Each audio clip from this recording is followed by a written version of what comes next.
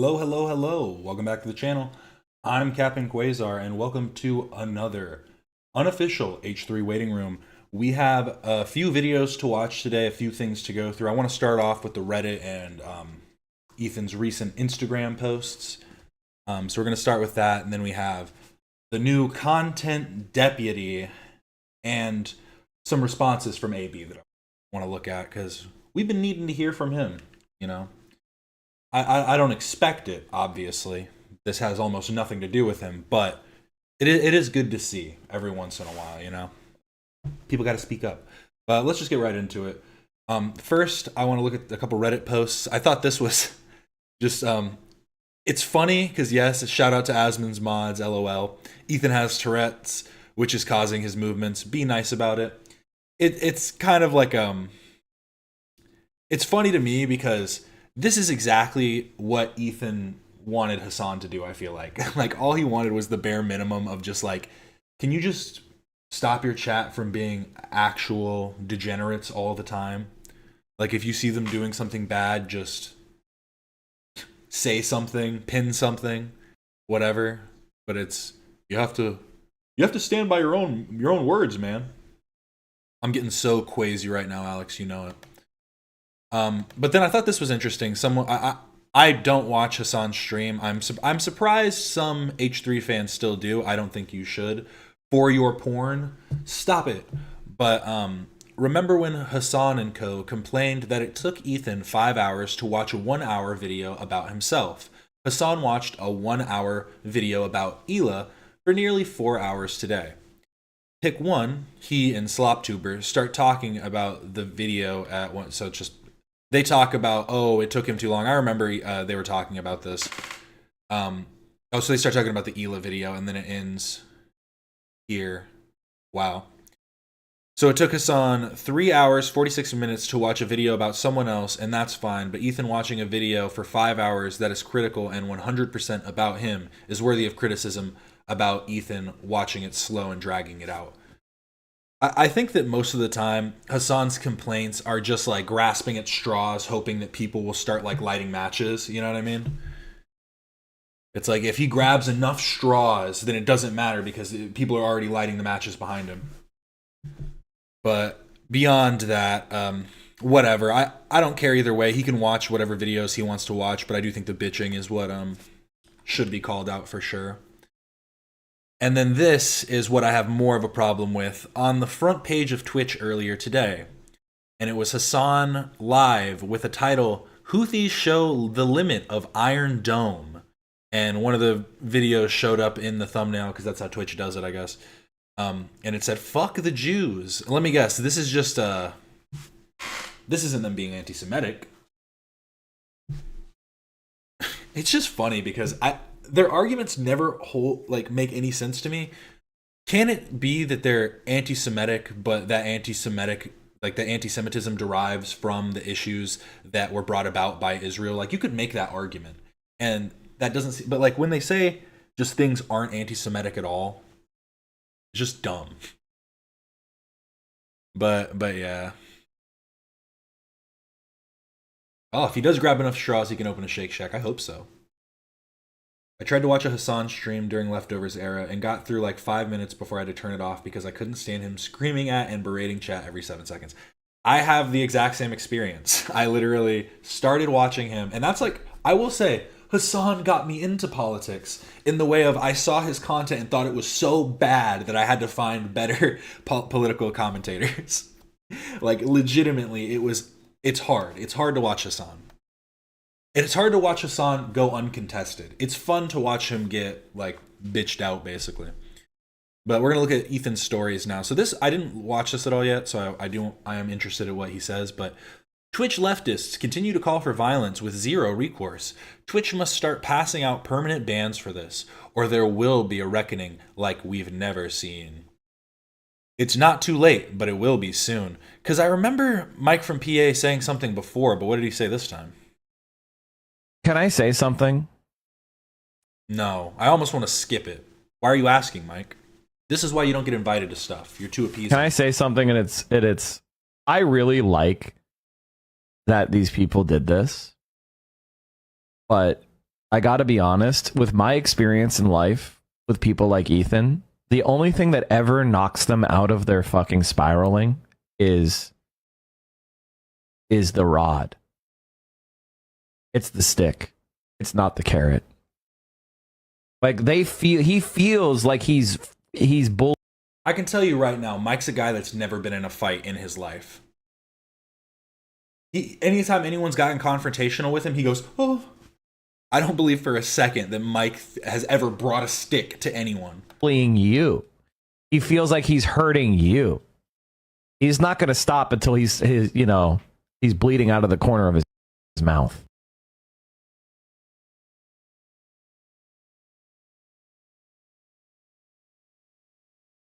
Jesus Christ, man. Well, maybe it'll happen as soon as you stop drooling out the side of yours. God. You people are just so depraved. Maybe some actual action will happen when you're not so fucking just dumb and aggressive. I think I pulled it up separately. Spare the rod, spoil the Jew. Mike from PA. You're so right. Bad Empanada, who Hassan and company regularly promote, is making violent threats against a crew member. This is the harassment that they insist we are hallucinating. This cannot be allowed to continue. @_star killer. ABI ad called Anti-Genocide Arabs Barbaric Arabs in a new video on his channel @StarKiller. Just one day after he sat there obediently in silence as his Zionist boss, Ethan Klein, went on a drug-fueled rant where he screamed about fucking Arabs for 2 entire minutes. The framing on that is absolutely insane, because he would be like, well, no, you didn't just say Arabs. You were calling them fucking Arabs. I'm using it as an adjective. You're thinking that I'm using fucking in the verb sense, but actually I'm using it as an adjective. No, the framing in this is totally like Ethan is saying, like, about talking about fucking Arabs. Like, come on. For 2 entire minutes. AB, you will now be dealt with directly rather than peripherally, unless you delete this video and publicly apologize. Bad Empanada is just such like a... I don't know, I guess we'll get into it because AB responded to this, and we're going to watch the video he dropped the other day, his update, and then the new video he dropped. But I want to watch the content deputy first, so we'll get into all of this. Bad Empanada is just so... He's literally a bad person. He's not a bad empanada, he's a bad person. Who would have thunk?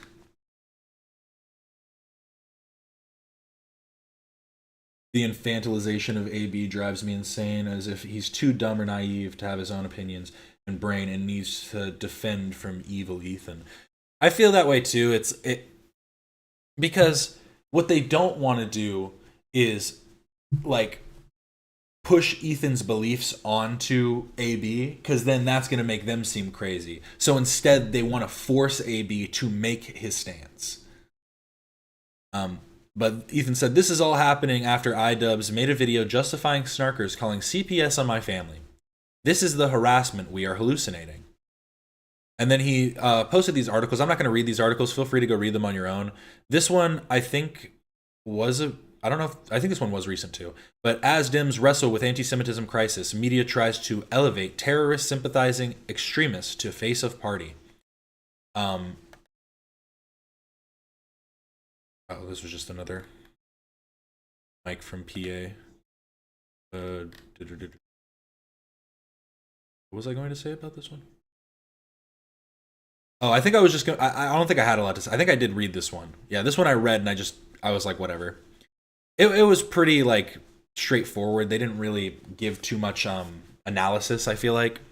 This was the only real analysis that they gave, was that Cedar dismissed Piker's comments as hyperbole, despite Piker's insistence that I'm so serious about this. But then he also showed a new article from Medium titled Hassan Piker, the male feminist who weaponizes police against women and shares revenge porn. So you know how he calls Destiny sex pestiny all the time, does all this crazy stuff, like obviously Destiny is a piece of shit, is a bad person. But two people can be bad at the same time. And I think that Hassan is kind of embodying that. I've heard of these things before. One thing that he did, Hassan Piker accused of knowingly calling in false wellness checks to harass ex-girlfriend. I'm pretty sure, again, I didn't read the article, so take this with a whole gram of salt. From what I remember, she was not talking to him, and so he called 911 to do a wellness check on her just because she wasn't responding to him, even though he knew that she was not talking to him at the moment. It was something along those lines. And this is the guy that talks about how, police are evil and, doing things like calling the police can end up in people dying, stuff like that. I heard AB has shackles. The reason that they do all of them from the waist up is because they're all shackled to their desks. They don't get to leave at night. It's actually pretty sad. AB, Zach. Well, Zach gets to leave, but that's just because he's also Jewish like Ethan. They stick together. I can't go with this joke too far. I can't take that joke too far.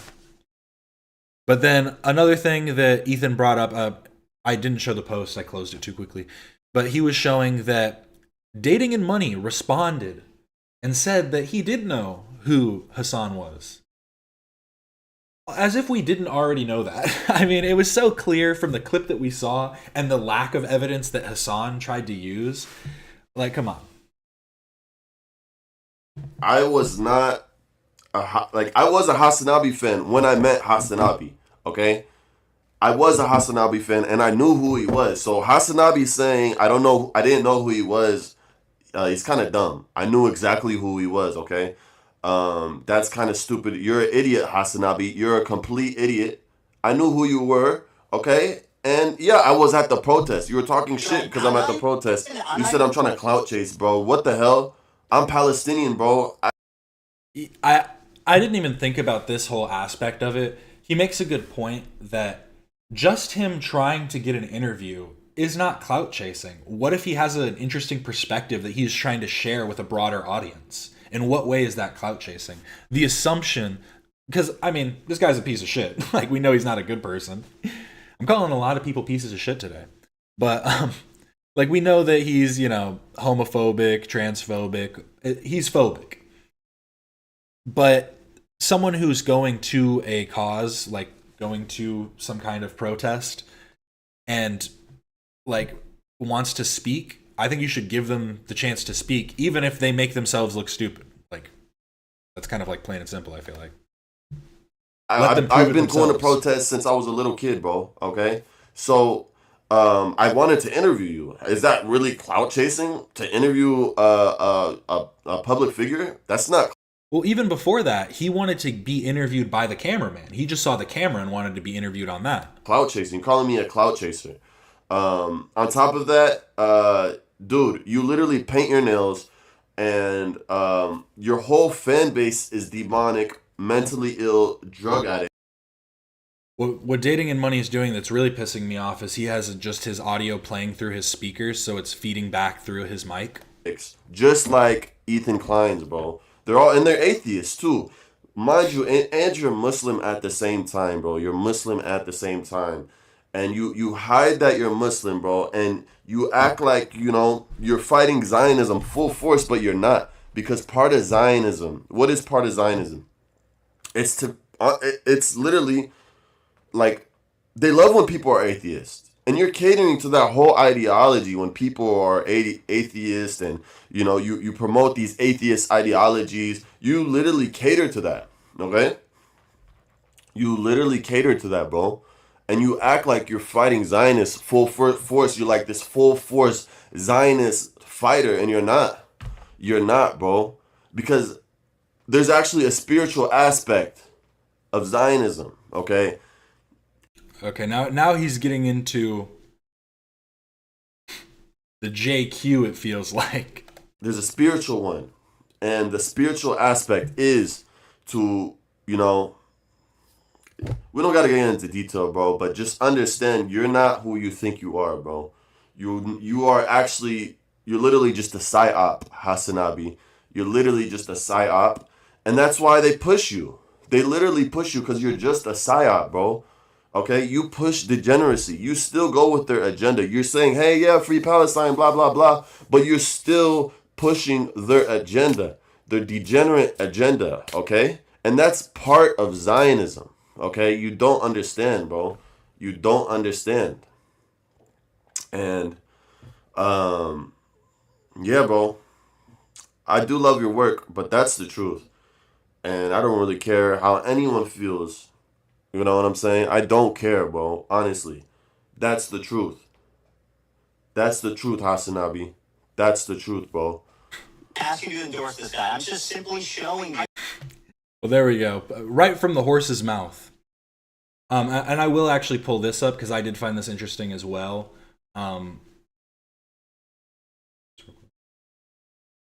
I don't want to play the whole thing, but if you guys want to go check it out, it's called Multiple AIs Dub Ethan the Winner.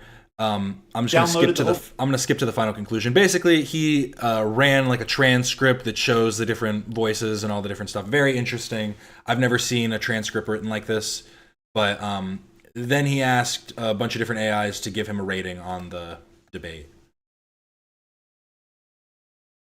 Here. Ethan, by a vote of 7, objectively true winner of the debate was Ethan by a vote of 7-2. Like I said, I thought the score might be interesting. So here's this part was interesting to me. So he was explaining that the score, it basically indicates the how well they did in the debate, and then regardless of who did better, who won. Like, or not who did better, who presented their arguments better, who won the debate. Because you can present your arguments really well and still be wrong. And so they said Hassan won twice, but the two that did say Hassan won were O3, and he said that he believes that O3 is the better model, like language model. But the reason that it gave Hassan the higher rating was purely because it focused more on a broader, it thought that Ethan focused more on like the interpersonal aspects that don't matter in the grand scheme of what a debate should be about. But then Hassan cared more about the broad scope of things, which we can call, dodging the actual questions of the debate. But I guess you would have to infer further, you would have to inquire more with the AI on if it perceives it as like dodging or whatever. I don't know. It was an interesting analysis though. If you want to go watch the full thing. Go watch him out. It's at I Think So on TikTok. But then Freddie Wong, one of the few remaining Creator Clash fighters, slams lack of communication.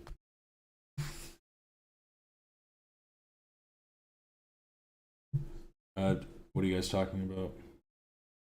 Yeah, you did. Yeah, I remember when you told me in the chat, Alex, that the first time that they interacted on stream was literally him coming up and being like, I know you, you're my best friend. Well, hello, Callie. Welcome in. Glad to have you. Welcome in, everybody. Hello to all. But I'm going to read through this because I find this interesting. Freddie Wong is one of the last, big names. He was a big name. He used to be. Rocket Jump, is that what it was? They used to be, drifting fire trucks, stuff like that. And now he's doing Creator Clash. But he honestly is a very well-spoken, smart man. And so I feel like his point is going to be poignant. Again, I have not read this yet because I like to go in raw. Pause. Okay, let's go. Illustrious fellow warriors and event handlers, I hope everyone's getting a good rest day in the wake of the new announcement video detailing the change. So I'm guessing this was on the Discord directly to the Creator Clash fighters and people. That's why it says fellow warriors and event handlers. I hope everyone's getting a good rest day in the wake of the new announcement video detailing the change in ownership structure of Creator Clash. Or to be more accurate, the brief statement detailing changes in the ownership structure of Creator Clash, followed by 28 minutes of continued relitigation of what I'll charitably call internet nonsense. there remain some lingering questions that I, as well as, I suspect, the other fighters, would appreciate clarity on. So, already we can see they didn't know about any of this. As I noted in my previous message, I would expect communication with the fighters to be at the absolute top of your priority list, as I don't believe any of us enjoy finding out about substantive developments via 15-second clips from muckraking Twitter accounts. What is the communication strategy and cadence we can expect from the organization moving forward, and how do we ensure we, the people signed up to get punched in the head, receive information ahead of the general public? Fair. Absolutely fair. Ian noted in his video that I can't really have my cake and eat it too. You're either going to talk shit like a foul beast on the internet, or you're going to have a charity event. It really can't be both. Does this mean we expect continuing back and forth post-separation? While I don't need all the minutia of the separation agreement, are there non-disparagement or broader agreements in place that to protect Creator Clash's reputation and public standing? Saying, can we get at least a complete separation? Because how are you going to be like, this is my event. This is my event, but what? So again, we're going to watch this video in a second, but I thought this was very good to get first, because knowing this, I feel like it completely negates a lot of the stuff that Ian tries to claim. So, what are the plans to proactively address the common miasma that, at least for me, disincentivizes any social media comms, as I prefer to spend my time training and not slogging through the comment output of internet morons parroting the talking points of the streamer they have pledged allegiance to? How are we reasonably expected to promote this event? What are the plans and projected timetable with regards to finding replacements for the dropped fighters, and what is the strategy behind how they will be rolled out? At the onset of the event, the character of the individuals on the fight card was a majority factor in my participation. What say do we, the fighters, have in this decision? What assurance do we have that whoever gets recruited doesn't bring more controversy and negative attention to the event? All of these things are so, like, Freddie Wong, the W stands for W, you know what I mean? The Wong stands for W. Do we plan on continuing to honor the commitment of I guess I've just never seen it written like this, of pay parity amongst the fighters, and does that restrict the organization's ability to feasibly find replacement fighters this close to the event? In other words, if we're paying everyone the same, do we think that amount is going to be enough to commit a fight-ready heavyweight and welterweight willing to withstand the crossfire of being in the midst of aforementioned internet nonsense? Moving forward, what are the plans and projected timetable to market and promote the event? Who is taking the lead on this? Who is taking the lead on this? An individual within the organization? A PR agency? Can we provide an outline of the comms approach given the current situation we're in? What is the timetable for updating social media and the event website to more accurately reflect our current lineup? While I appreciate the desire to ensure all upward comms contain substantive information, I will also note that the longer everything is out of date, the more we invite further ridicule and the more chaotic this event seems. Having run my share of organizations at various scales, I can appreciate the complexities of internal versus external comms, cadence, and tone. However, I believe I speak for all of us when I say that the current strategy of zero prior communications or heads up internally to the fighters is an unacceptable methodology moving forward. Providing dates for upcoming announcements without any information as to the content of those announcements isn't enough. Our current trajectory does not instill confidence, and I look forward to hearing about what substantive changes we plan to implement. Finally, I'd like to stress that I speak here for myself, but I encourage my other buff gladiators to chime in. I'm tired of stressing out about this stuff in the dark. Let's stress out about this stuff together.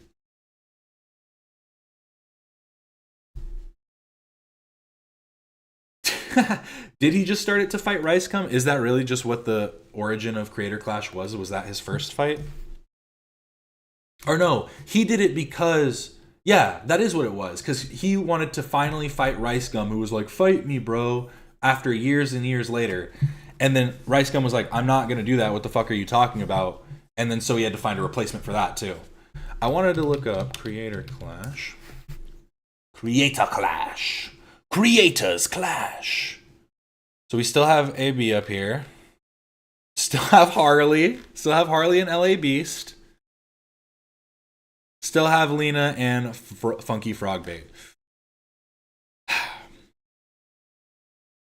This was 12 hours ago. I imagine this message came from Freddy prior to that, 3:32 p.m., which would have been probably the day before. So it's been probably almost a full 24 hours at this point.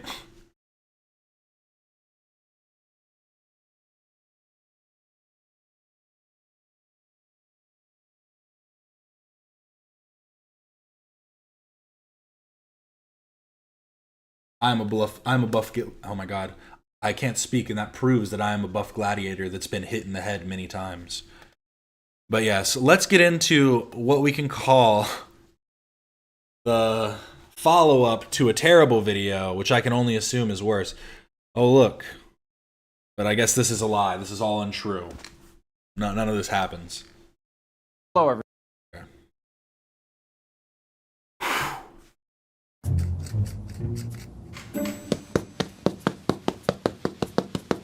Hello, everyone. Welcome back to another episode of... He realized that the previous intro was so cringe that he had to like scale this one back by like 1,000. Content Deputy. Now, normally in a Content Deputy, I would dance around in my cop outfit in the woods, but this video isn't going to have any of that fanfare. We're just going to get straight into it. I was hoping that if I made a video about Ethan, he would act like an adult and he would keep the... He's such a light bulb head. You're so right. That beginning part, that was his brain flickering on. attacks directed at me and Anissa. Unfortunately, I was wrong in thinking that, because Ethan, in a desperate attempt to attack and smear Anissa and I, he started attacking our charity event. I don't know if you know this, but last year they lost $250,000. To be charitable, you actually have to give. What is this, like hour three and a half hours into the debate? He's smearing you. Money to charity, Hassan. You have to give money to be charity. It's like a slush fund for them. Ethan and Neela are well aware that we raised $1.3 million for charity Beautiful the first stuff. year of Creator Clash. The second year we operated at a loss, and I take full responsibility for that. So what's wrong with what he said? He said that it failed to do charity. It did, at one point, fail to raise money for charity. That we did band together. The community and the fighters involved ended up raising $175,000. The community and the fighters involved. Yeah, after you made them all get punched in the fucking head a bunch of times, after you made them all punch each other a bunch, you made them raise more money. Amazing. For charity. It's been really disheartening to see how often Ethan will attack Creator Clash through us or attack us through Creator Clash. Ian and Anissa, masters of putting on an event. He's reposting random troll accounts that are very easy to vet. If you click... I mean, is this the only person asking for a refund? Because it sounds like Freddie Wong might be asking for a refund soon. On this profile, it has a bunch of Sam Hyde adjacent posts, and it just hates Anissa and I. Come on, dude, you're one step away from calling me a cuck. Just take the plunge. He's highlighting this post that... Is that what you'd want? Do you want Ethan to call you a cuck? Would you like that, Ian? Equates Creator Clash to a crypto rug pull. He's saying the event is going to be worse than TanaCon. Can't wait for them to blame us for their failed event. Don't worry, Hila. I'm not going to blame you guys for anything Creator Clash related. I know you're terrified of taking accountability for anything, so that will rest solely on my shoulders. But I can't speak for the internet. The internet might actually blame you guys for it. Now with this... Oh my god. Oh my god. He's doing it again. Just the more of the fucking same of just, I'm not going to say what I mean, but you can guess. You can guess. But if you guess, you're the one being rude. You're the one being mean. It's fully my responsibility. All you did was disparage me and make it seem like I'm a bad guy and talk shit about me. But I take full responsibility for what I did. Like, come on, bro. This recent revelation that people are just going to use Creator Clash to attack Anissa and I. Anissa and I have decided to step away from Creator Clash. We have relinquished control to our business partners who ran the previous Why is this almost like a fuck you to the fighters? two events. Bye. They're very capable. They know exactly what they're doing. They run events on a regular basis. The event is still happening. Anissa and I just don't Is that why the fighters are still up? I'm gonna try and watch more of it. I'm sorry, I keep pausing. have any financial ties. We don't have any ownership. We are, you know, I think just going to be known as the founders of the event. Yeah, I mean, Like, that's any better. All it means is that you don't have financial ties to it now. Just going, so I'm the founder, you know, I'm the originator of it, and now I just spew internet drama, you know? It shouldn't, you know, make my company look bad. The only thing that'll make it look bad is other people calling me out. I think it had to come to this eventually. I can't keep my mouth shut. I can't, I mean, I can. I just didn't want to. I want to be frank. I want to be honest. And you're right, yeah. Handing it off is basically admitting that it's going to fail and saying, I can't handle this. I can't do it. I was very quiet. Which was Ethan's criticism, so you proved him right, too. During the second Creator Clash because I was afraid of how that would impact other people. This year I said I'm going to do something different. I'm going to fight back if someone's trying to attack me. So that's what I did. And now I've realized, like, I can't really have my cake and eat it too. It's either you're going to talk shit like a foul beast on the internet, or you're going to have a charity event. You know, it really can't be both. I'm very proud of the event that we made with Creator Clash. It's still happening, June 28th. I'm just not going to be Nice way to zoom this in so you don't have AB who's literally right here. This is his arm. involved in it. Please, for the love of God, support this event. You know, I feel like in some ways I'm like cutting off an arm so that I could escape the bear trap, and so I can. Does he really just have CTE? Are we bullying a guy with brain damage? What the fuck? Is he not just saying, this is going to fail, I'm sorry everybody, so I'm going to cut my arm off so I can save myself. I'm not going to go down with the ship. I'm going to hop off on the first buoy the first fucking float I can grab, and it's mine, I'm gone. Fuck being captain. Well, that's a bad He handed his fucking captain's hat to the nearest skipper and dove off the side. analogy. You guys get it. We've already told all the fighters, and it seems like most people understand that this is the best move. If the previous content cop was entertaining to you, or this video is entertaining, or you like the message, the best thing that you can do, for me, is to support Creator Clash. Buy a ticket, buy a pay-per-view ticket, an in-person ticket, or donate to the fundraiser. I just want to see this event do well. You know, I didn't try this shit because I thought I was going to be a good boxer. I didn't think I would be an awesome event organizer. And, you know, now I'm finally back to where I started. Then you should have handed it off after the first event. Gone. That was a success, and I really liked what I did. Let's find an organization that can help, like, do this better now, and we can keep scaling up from here, rather than just continuing to want to carry all of the. He wants all the accolades without any of the criticism, and I think that it's just like, how can you be so dense?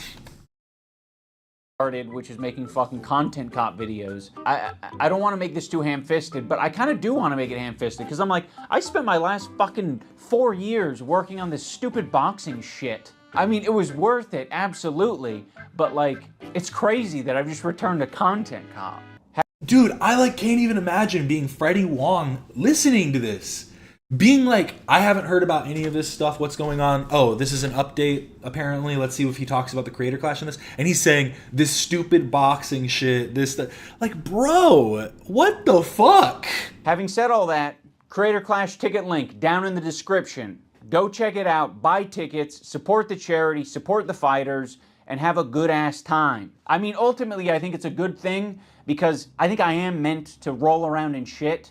I think me and Ethan are both meant to be rolling around in pig shit all day long, And yep, while he calls you cuck all day. We know what you'd like. We get it. other people are meant to do boxing or debating or whatever else. Ethan and me, pig shit rolling around type of fellas. You underestimate my strength! I've got coach's strength! The will of Allah! I mean Yahweh! Yahweh! I think the worst criticisms I labeled at Ethan is that They were never that close. They just did videos together. I don't think I would go out and do this with someone that I'm just doing a video with. I'd figure out a way to do it like inside or something. I guess I'm just not as committed. Yahweh! I think the worst criticisms I labeled at Ethan is that he's a bad boss, a tyrant of a boss. I just implied that he was being taken advantage of by people either in his community or outside of his community. His critiques are just so dumb. Tyrant, you're going to have to explain that, like starting with how you define a tyrant and then go into your examples. But bad boss, the only people that can call him a bad boss are his employees. And no harassment filter. Okay, man, you're defending the people that are like cool with calling CPS, but okay. And I called him a bitch-made coward. That was like the summary of personal insults labeled at Ethan. Before Ethan even knew what my video was about, he was already framing me as anti-Semitic. But he's like, no, actually, Ethan, the fucking Jew bag. Fuck this Jew bag Zionist baby killer, guys, right? I don't know if that's what the video is. I'm one of you. I fucking hate Jews too, guys. Let's get after it. Israelis have no right to defend themselves, actually. All Israelis are settlers, actually. What is he going to give me a history lesson now? Is he a historian? Yeah, he just discovered empathy. That got me. He may be a bad boss, but Ian is boss baby. By the way, and only extends to the point where you're actually talking about Jewish people or Israelis, then empathy stops and they should all be murdered. Bro's actually out there like Timothy McVeigh. He's running to the closest fucking kindergarten to blow it up. There's a Jew. I heard there's a Jewish. That's not what Timothy McVeigh did. They want all you guys to quit and for me to just be like alone, little Jew boy, alone. Like Ethan under a year ago was saying he doesn't use. That was like I just want to say, this is like the worst video rip I've ever seen.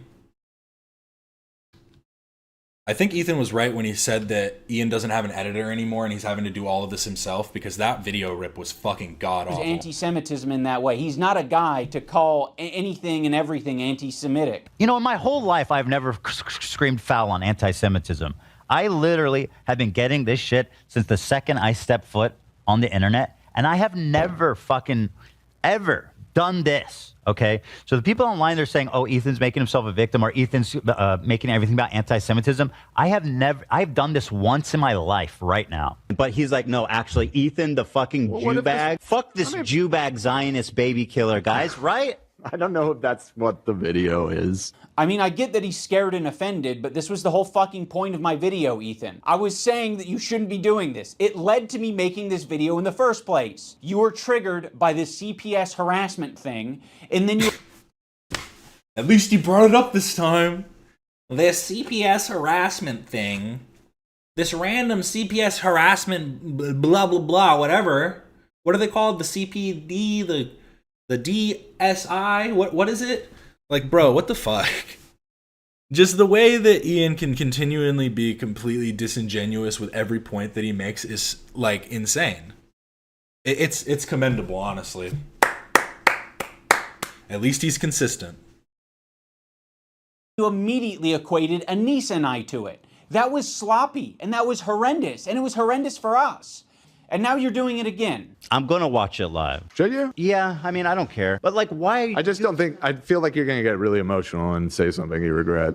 Well, I've got the button. Like, I know you don't have a problem taking it head on, but I just feel Of course not. Because I know that you're whatever... understandably upset, and I feel like it might be a little... Should we wait to talk about it, or you want to talk about it? You should do it off stream. Oh, is this him being a bad boss and, you know, his employees are so afraid to talk back, they never can say anything back to him, that they all feel confident enough to say, hey, maybe you shouldn't do this right now? Because I don't know, this escalated initially because we were live and you guys were heated about yeah, maybe you shouldn't have posted it while they were live, Ian. I forget what it was. I just think it might be wise to watch it, think out your thoughts, and respond in a calm way, because there's no chance that you don't get heated. I don't need the fuck. Dan is slaying, I have to say. It's I think that's the best part of this content, Deputy. Can pre-watch this. I don't need someone else to hold my hand through it. Like, I'm ready to take on anything that these people have to say about me. He's like, no, actually, Ethan, the fucking Jew bag. Like, how the fuck? Like, look at this quality drop in these 2 clips that he pulled. I'm sorry, I'm just shitting on him as like from an editing perspective. Like, look at this fucking jump. Anything that these people have to say about me. He's like, no, actually, Ethan, the fucking. They're from the same fucking stream. He pulled these clips separately from different like places. That means that he didn't pull from the stream itself.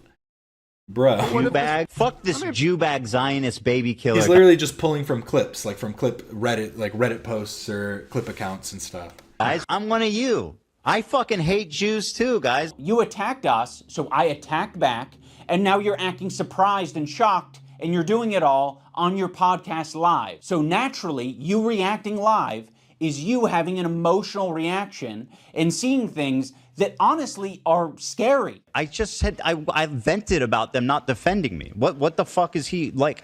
He's actually losing his shit and make like I just. That's exactly what happened. Did you call him up? So go fuck yourself. I agree. Fair. Was that the worst thing ever? Go fuck yourself. That's not venting. That's literally what venting is. Whether friends who are so happy. I don't want What the fuck is he talking about? Oh my god. To be friends as long as they're getting something out of it. Ian sucks for the same reason right now. He could say something. Spineless. Our POV is like fuck everybody. And again, this is from CPS Came to Our House. This is from an episode called CPS Came to Our House that he's still not showing the name of. And I don't want to hear any excuses. You're not my friend, and you never were, and you never will be. You never will be. What's very insane about this content cop is I was thinking about Ethan's feelings so much in that video. I thought about the idea of like how I shouldn't be saying the term Zionist or Zionism in that video because I was.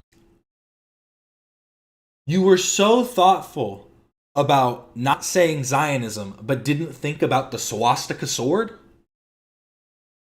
Like, he has explained before that that's personally insulting to him. I'm literally and he crashing doesn't out like right now. that. You know, regardless of how true it is, I was like, I'm going to think about Ethan's feelings and not mention this. Fast forward to him reacting to my video, he's just outright calling me a fucking Nazi. Is it a coincidence that Ian really shaved his head just before doing this video and he's holding a swastika one? I mean, we can free Palestine without being a Nazi. You fucking Nazis. How about that? Well, this is the white savior, Ian, who's just found empathy, unless you're Jewish, of course. Ethan, people are allowed to shave their head and not be called anti-Semitic.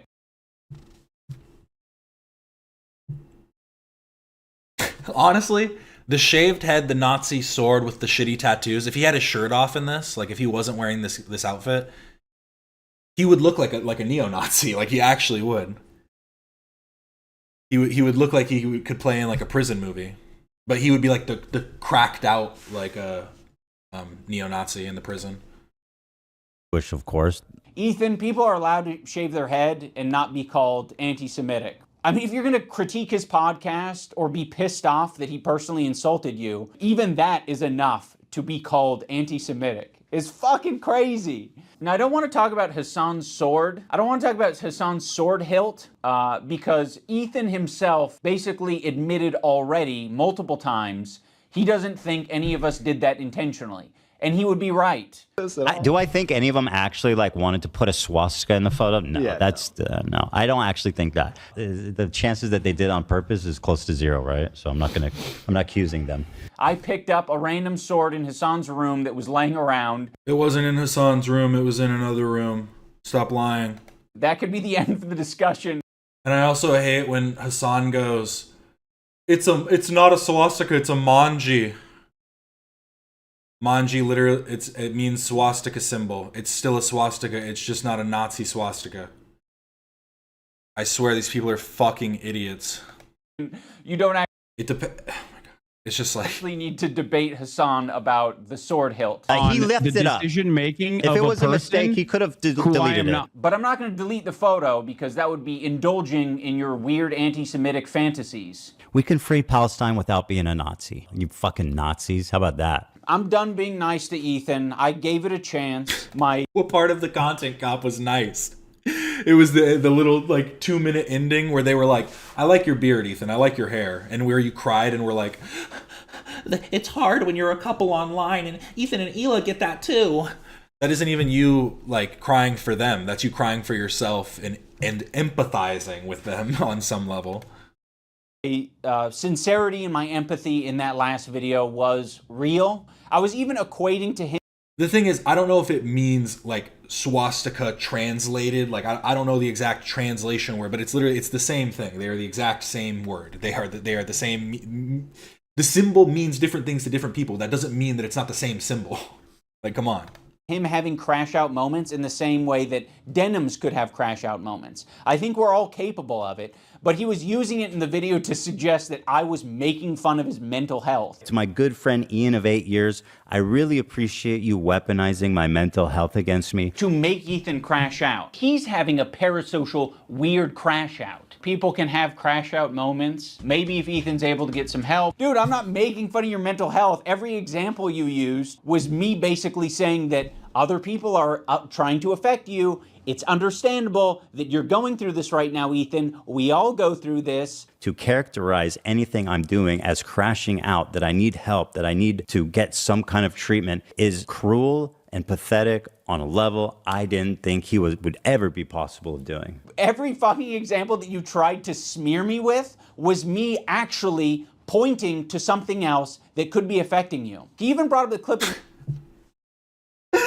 Wait. Let me hear that again. Let me hear that one more time. Would be possible. Cruel and crashing out, that I need help, that I need to get some kind of treatment, is cruel and pathetic on a level I didn't think he would ever be possible of doing. Every fucking example that you tried to smear me with was me actually pointing to something else that could be affecting you. He even brought up the... Every point that you tried to smear me with is me deflecting from your argument and giving you some other reasoning as to why you're crazy. The clip of me saying, if you get help, we all need help. Everyone on this planet needs help. I don't care how you get it. You can wander into the jungle and go on an ayahuasca trip. I don't care how you get your help or what you define as help.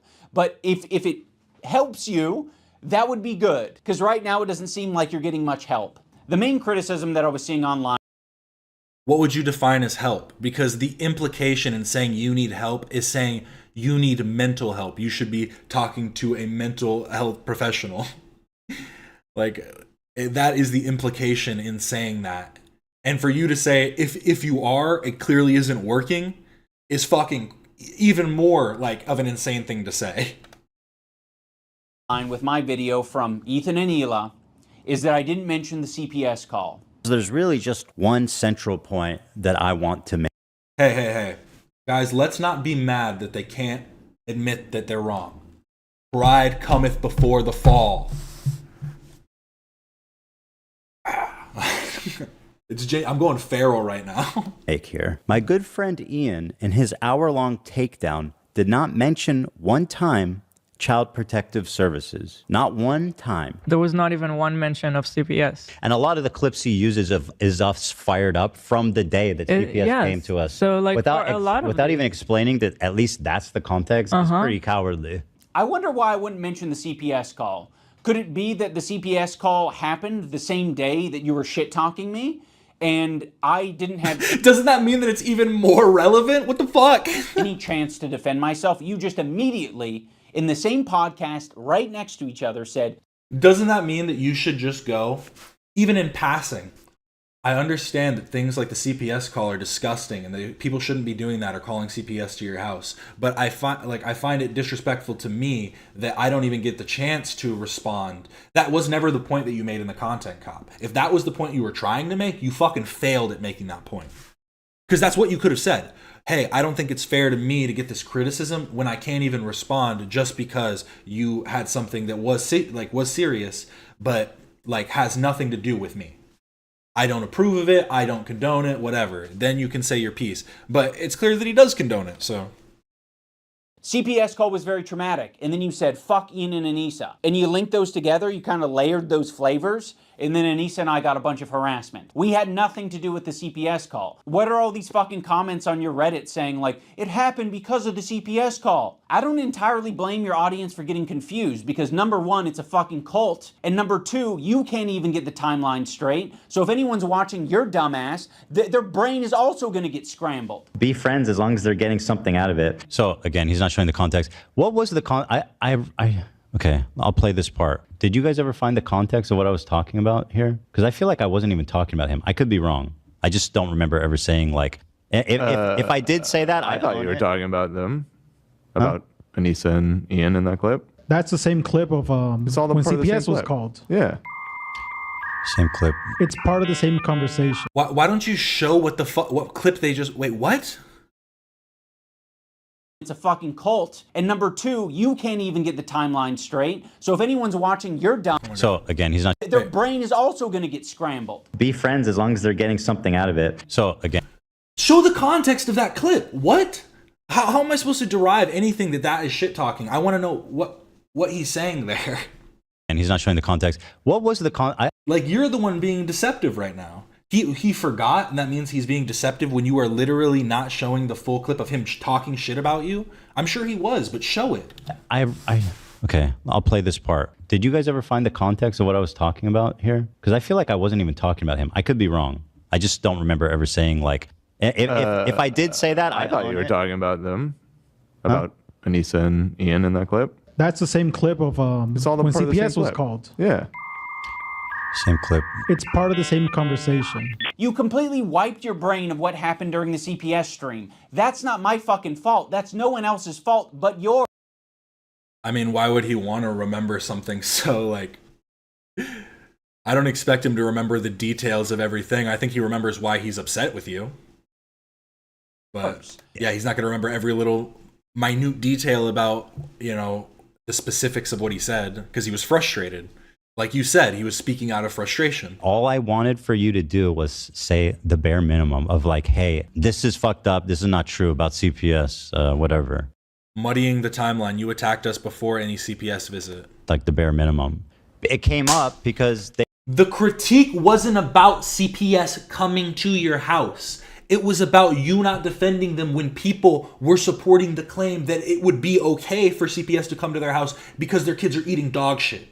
Like, none of them said, oh, they should call CPS. But they were letting it go in their chat. They were watching videos of Bad Empanada being like, oh, he's eating dog shit. These kids are eating dog shit and getting sick, and they're shitting all over the house and this and that.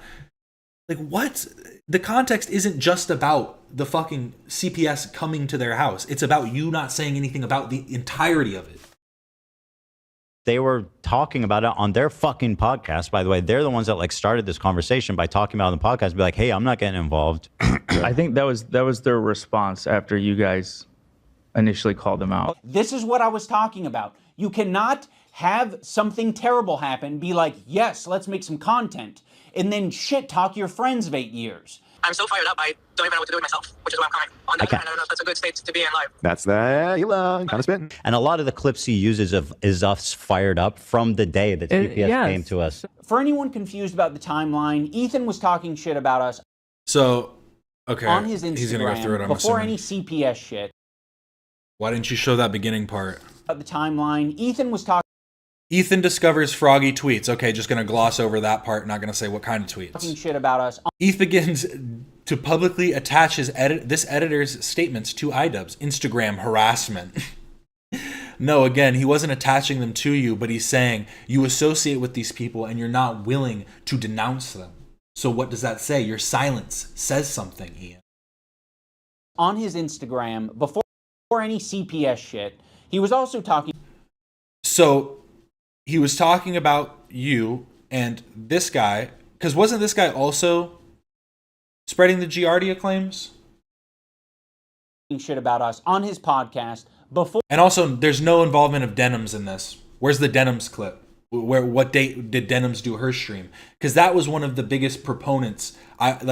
the biggest cog in this machine is Denims, who allowed her chat to keep talking about this shit and keep reporting. Because my whole thing is this: regardless of if anyone in her chat saw it, if anyone on the Reddits talking about it, are the ones that called.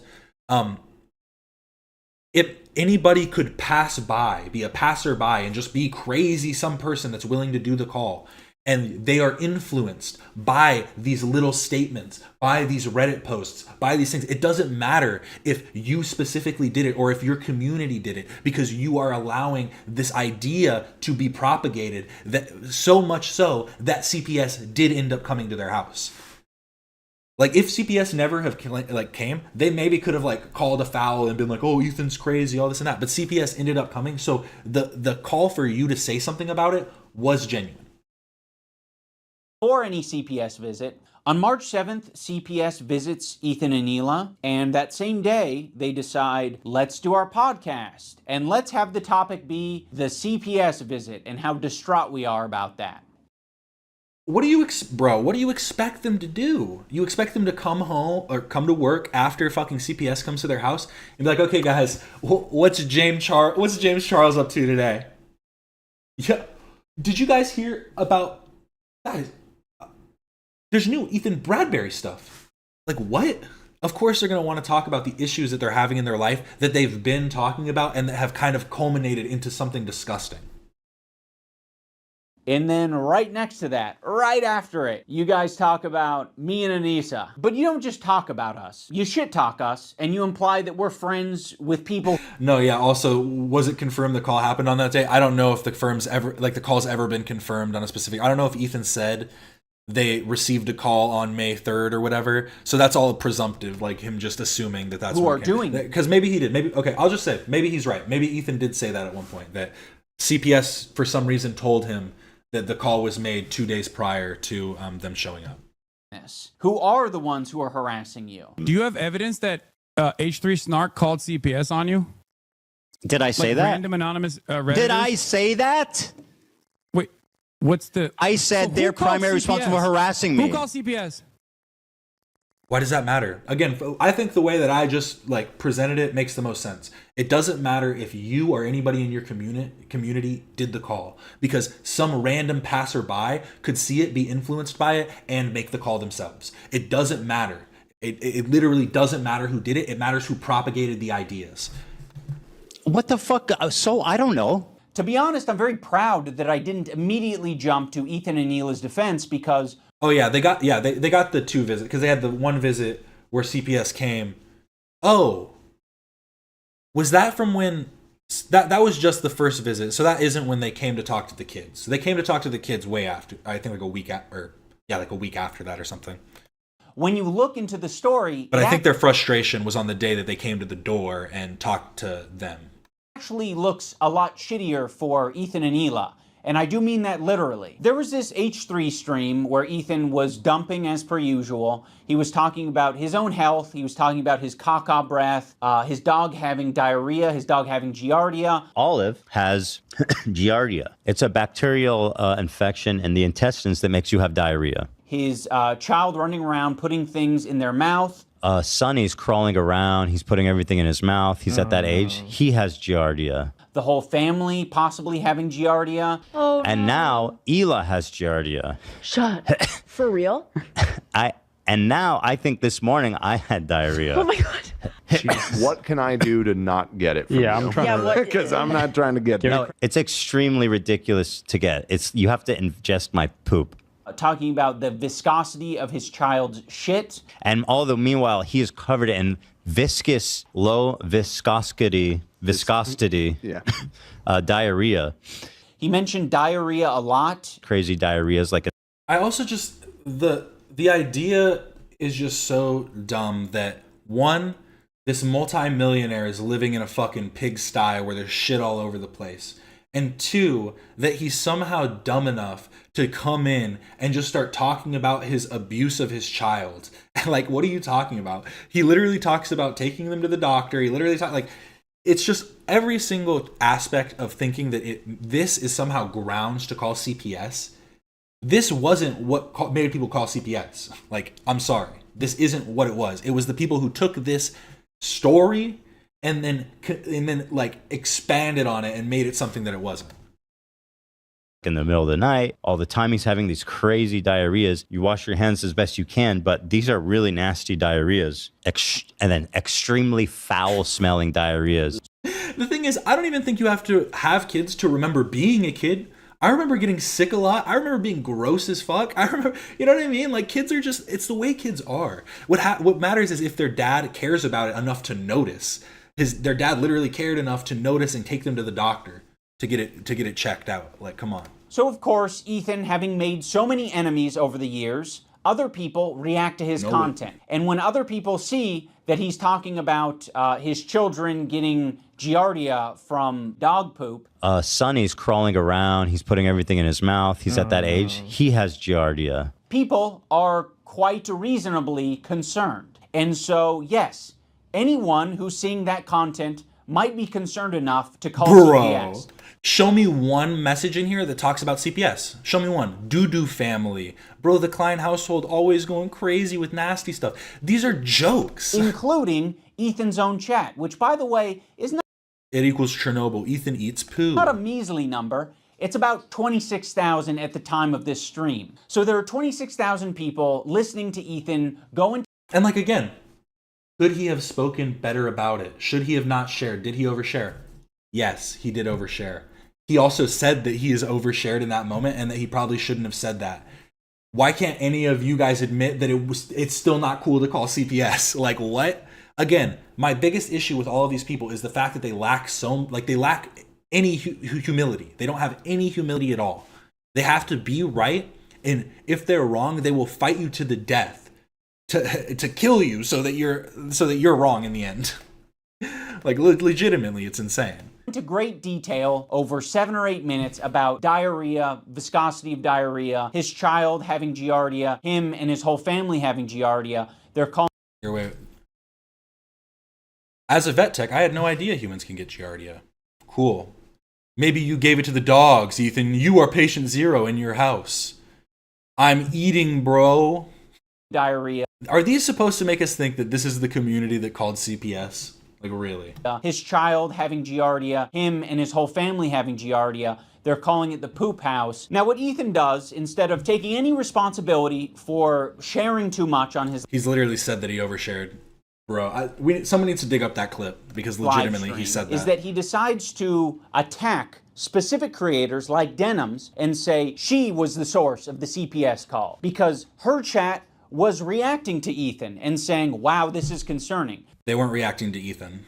Is on her platform right now advocating for our children to be forcibly removed from us by Child Protective Services. The problem with this CPS thing is that Ethan has proven to be a manipulative piece of shit. So when he calls on me to defend him, what the fuck am I meant to do? I don't trust you, and I'm glad I didn't trust you, because in your video defending yourself, you used a video that takes... Is he gonna play the clip with the bruh? Context from like 3 different places and combines them to make it seem like someone is coordinating an attack on you.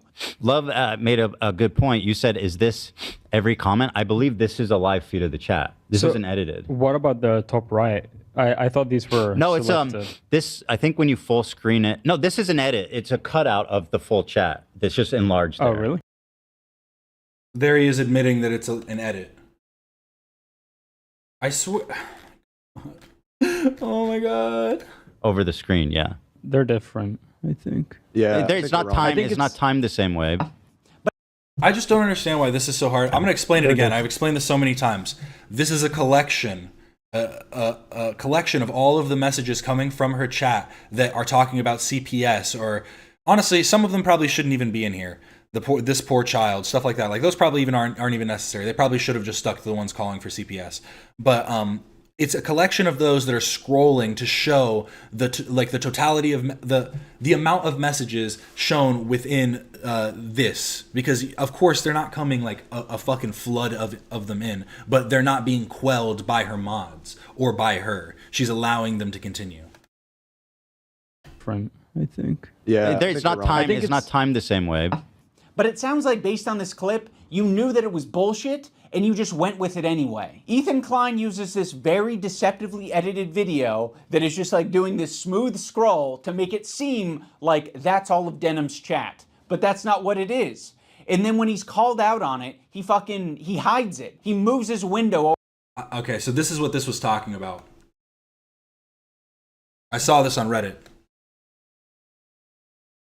The problem with this CPS thing is that Ethan has proven to be a manipulative piece of shit. So when he calls on me to defend him, what the fuck am I meant to do? I don't trust you. You used a video that takes context from like 3 different places and combines them to make it seem like that's all of Denim's chat. But that's not what it is. And then when he's called out on it, he hides it. He moves his window over the real chat. Also, this is not a joking matter, by the way. It can be very severe and deadly to small children. I mean, so we haven't gotten to this part yet. Much like many other illnesses, it's very, very, very dangerous. And then there's the one thing I forgot we do need to mention is that the top right is the full chat, right? Yeah. And So just to make a correction, Okay. this is the live chat. Okay. This is a highlight of all the CPS calls, which, by the way, is extraordinarily large amount. That's a It's lot. something like 50-something chats over the course of like 3 minutes. And I think it was like 7 minutes or something, but regardless of how long, the fact that 50 messages were able to continue to get through and you guys weren't stopping it that is basically your entire chat putting forth this notion of calling. Again, it's stuff like that that makes Ethan get hate, because it's claims like that. It was most of your chat. He's obviously being exaggeratory, and he needs to pull that back when he's making like what could be considered damning claims, because you're condemning her. Just condemn her for what the actual like truth of it is. It isn't most of her chat, but regardless of how many people it is, she doesn't care to try and stop it. Over the real chat. Also, this is not a joking matter, by the way. It can be very severe and deadly to small children. I mean, much like many other illnesses, Reading the chat, it's co-signing very, it. very, very dangerous. Now pay So I would attention assume to he doesn't her actually chat. have a housekeeper anymore, or perhaps he lost his extra housekeeper. So now the house is just like covered He's in like blocking half her fucking face. What are you dog shit. And he has kids, and his kids like He was literally blocking like half of her face, and he's like, he just wanted to cover the chat. so now the house is just like covered in dog shit. And he has kids, and his kids like, Why does it have to be anyone else's fault but your own? Take some fucking responsibility. It's just so bizarre that Ethan would expect Anise and I to make a statement when Denim's herself already made a statement about it and said that she does not condone calling CPS. So we're talking about CPS. 1, I don't condone. 2, I've never condoned it, and you will not be able to find a clip of me saying, yes, we. Did you guys see that? Bro, it's CPS, not CPS are social workers. Bro, it's CPS, not the cops. CPS are cops. Ma'am, just accept the elements. We should do this because it doesn't exist. I've literally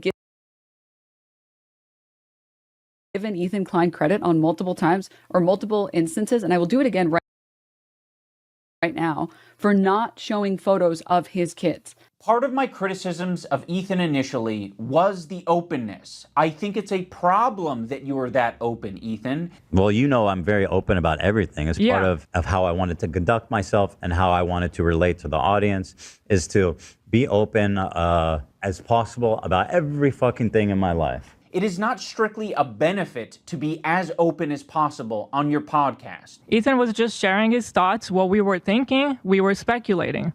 Sonny's crawling around. He's putting everything in his mouth. He's at that age. He has giardia. We were speculating.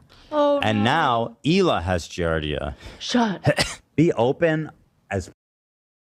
Didn't he say in that same episode, yeah, so we're going to go to the doctor to get tested, which means that they don't have it, that it's just an assumption. Possible about every fucking thing Again, in my life. did he overshare? Could he have worded it better? Yes. Will he say that? Yeah, he would admit that. Yeah. Really? How many siblings do you have? I don't know, dude. The internet's too fucking weird to give out all that information. Oh, you don't even want to say how many because you're afraid that it will Yeah, somehow by all means, compromise keep your talking privacy. about it. On top of Ethan characterizing me and my wife as anti-Semitic, he also takes a dig at my tattoos. Bro, you literally look like a fucking free tattoo pack that you get for 25 This is a valid criticism, I'm sorry. cents from a windy thing, bro. Like literally my kids have cooler fucking tattoos from Chuck E. Cheese. Bro looks like he just went to the menu and was like, I'll take that one, that one, that one, that one, that one, and that one. I have quite a few options here. I can... Because what is that, like American traditional or whatever? It's literally like the basic American traditional pieces. show your tattoos and all of their Wasn't this done by his kids and then he was like, I want to save it, so he had it tattooed on him? glory, or I can show that your tattoo made it to the top of awful taste, but And didn't it get taken down because they said that it was a well done tattoo? How did I already know what he was going to bring up? I knew he was going to fucking bring this up. As soon as he started talking about the tattoos, I was like, he's going to bring up this fucking bullshit that got taken down by the mods because it was well done. What's bad about this tattoo? What you would say is bad about this tattoo is you think she's ugly. That's what you're saying. The tattoo's done actually very well. but great execution subreddit. And I don't think she's ugly. She is a very beautiful woman, just as all women are very beautiful. But I'm just saying, that's the critique. If you're trying to say something about it, it's honestly insanely well done.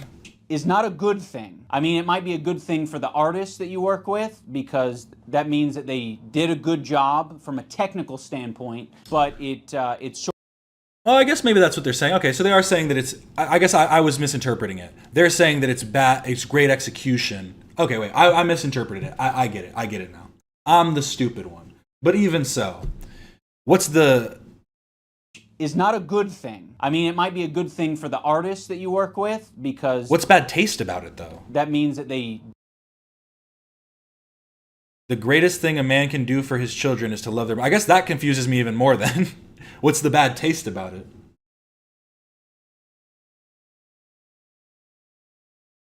Okay, I was confused in the beginning, but this makes me even more confused. Did a good job. Because the sentiment of this tattoo is actually very sweet. From a technical standpoint, but it's sort of a failure in every other aspect, particularly the decision-making aspect. If you want to go tattoo for tattoo, Ethan, we can do that. You want to keep it to other things? We can. I'll give you that option. Ethan also talks about the potential CTE that I might have after boxing. Yeah. Ethan, your whole system is scrambled. No, your brain is scrambled from getting punched in the face too many times because you don't understand the situation. Some people are saying the CTE is starting to take effect, I guess. That would be comforting if there was some explanation, at least. Any amount of CTE that I may have endured after... That's fair, yeah. He's definitely going to need to get the lettering touched up at some point on his tattoo.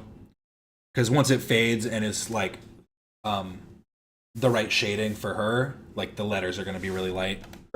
Doing 2 boxing matches, I'm going to say is preferred over having to share the load of doing 50 jumping jacks with my wife. What if we both do them? We'll both do 25 at once. 25 each? Oh my goodness. Great form by both. Really nice. They must work. I like that they're doing opposite form. She's got the form right. God. Also, why are you talking about CTE at all? Like, you've continued... I also didn't realize this. This is how big of a fan Ian is. I don't think anyone caught this. What? In the content cop, he in the beginning, he does jumping jacks like Ian. I think people did catch this, and I'm just slow. He does them like Ian, or like Ethan for that purpose.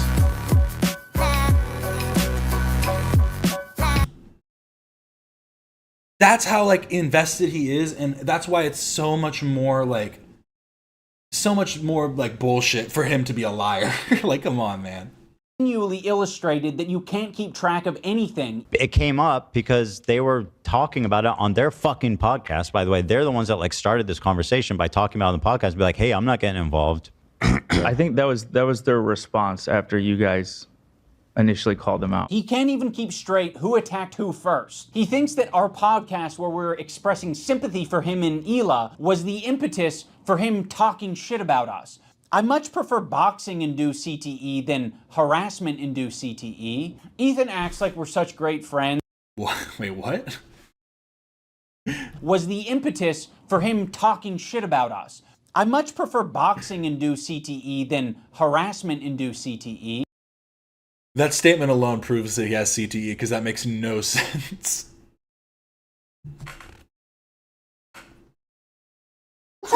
Oh my god. Ethan acts like we're such great friends and that like he shared such intimate moments with me. Guys, CTE stands for chronic traumatic encephalopathy. Oh my god. This, CTE, is a brain condition thought to be linked to repeated head injuries and blows to the head. me, but it's all horseshit. He's lying. Like, the whole thing is a fucking lie. He's manipulating his audience. We did not have a close relationship. You guys were buddies for a long time. He texted me like one time, like, hey, dude. We didn't have a close relationship. I texted him 5 separate times. Everything he does is so disjointed. We should talk this out. And I was like, I don't feel like having this conversation right now. That's it. So Ian kept trying to get me on the phone or text with me. And I told him, dude, honestly, I don't feel like having this conversation right now. Okay. Fair, right? I just didn't want to do it. Okay? Just in that particular moment, and then or like at all? Well, it turns out I didn't want to talk to him at all. Okay. If the relationship was that close, you would have talked to me on the phone. You wouldn't have shit-talked me. You would be curious where my brain was at and where I was coming from. There's this moment in the Content Cop where I'm trying to give... Well, no, because if I remember correctly, what he said was that your message was basically something along the lines of there's something to hear from both sides, basically, and that you wanted to talk to him to almost like clear it up. And that isn't like an empathetic like viewpoint to start from, like at all.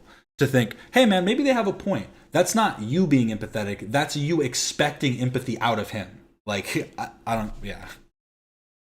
An example of the cycle of harassment. Have you ever been in a comment section and found someone to argue with? It doesn't stop. It can literally go on forever if you don't want to touch grass. I mean, yeah, this was kind of... Okay, what does that have to do with me? I don't know.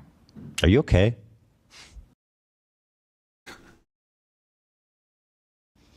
No, yeah, that too. It's like, yeah, the conversation is the 5 texts is him like ignoring it basically. Ethan and Hila act like they have no idea what I'm And also saying he texted me once just because you got 5 messages isn't a lie. He texted me once. He texted me at some point. He texted, you know what I mean? It's like, you don't have to say the exact number of texts you received. Talking about here. So, I mean, maybe they don't. It's a very obvious and easy to digest point. That's why I made it that way. I'm going to explain it here so everyone on the internet understands. When you have a podcast where you are constantly emotionally dumping and saying things just off the top of your head, and you're attacking other people randomly, maybe from your perspective, it's not attacking.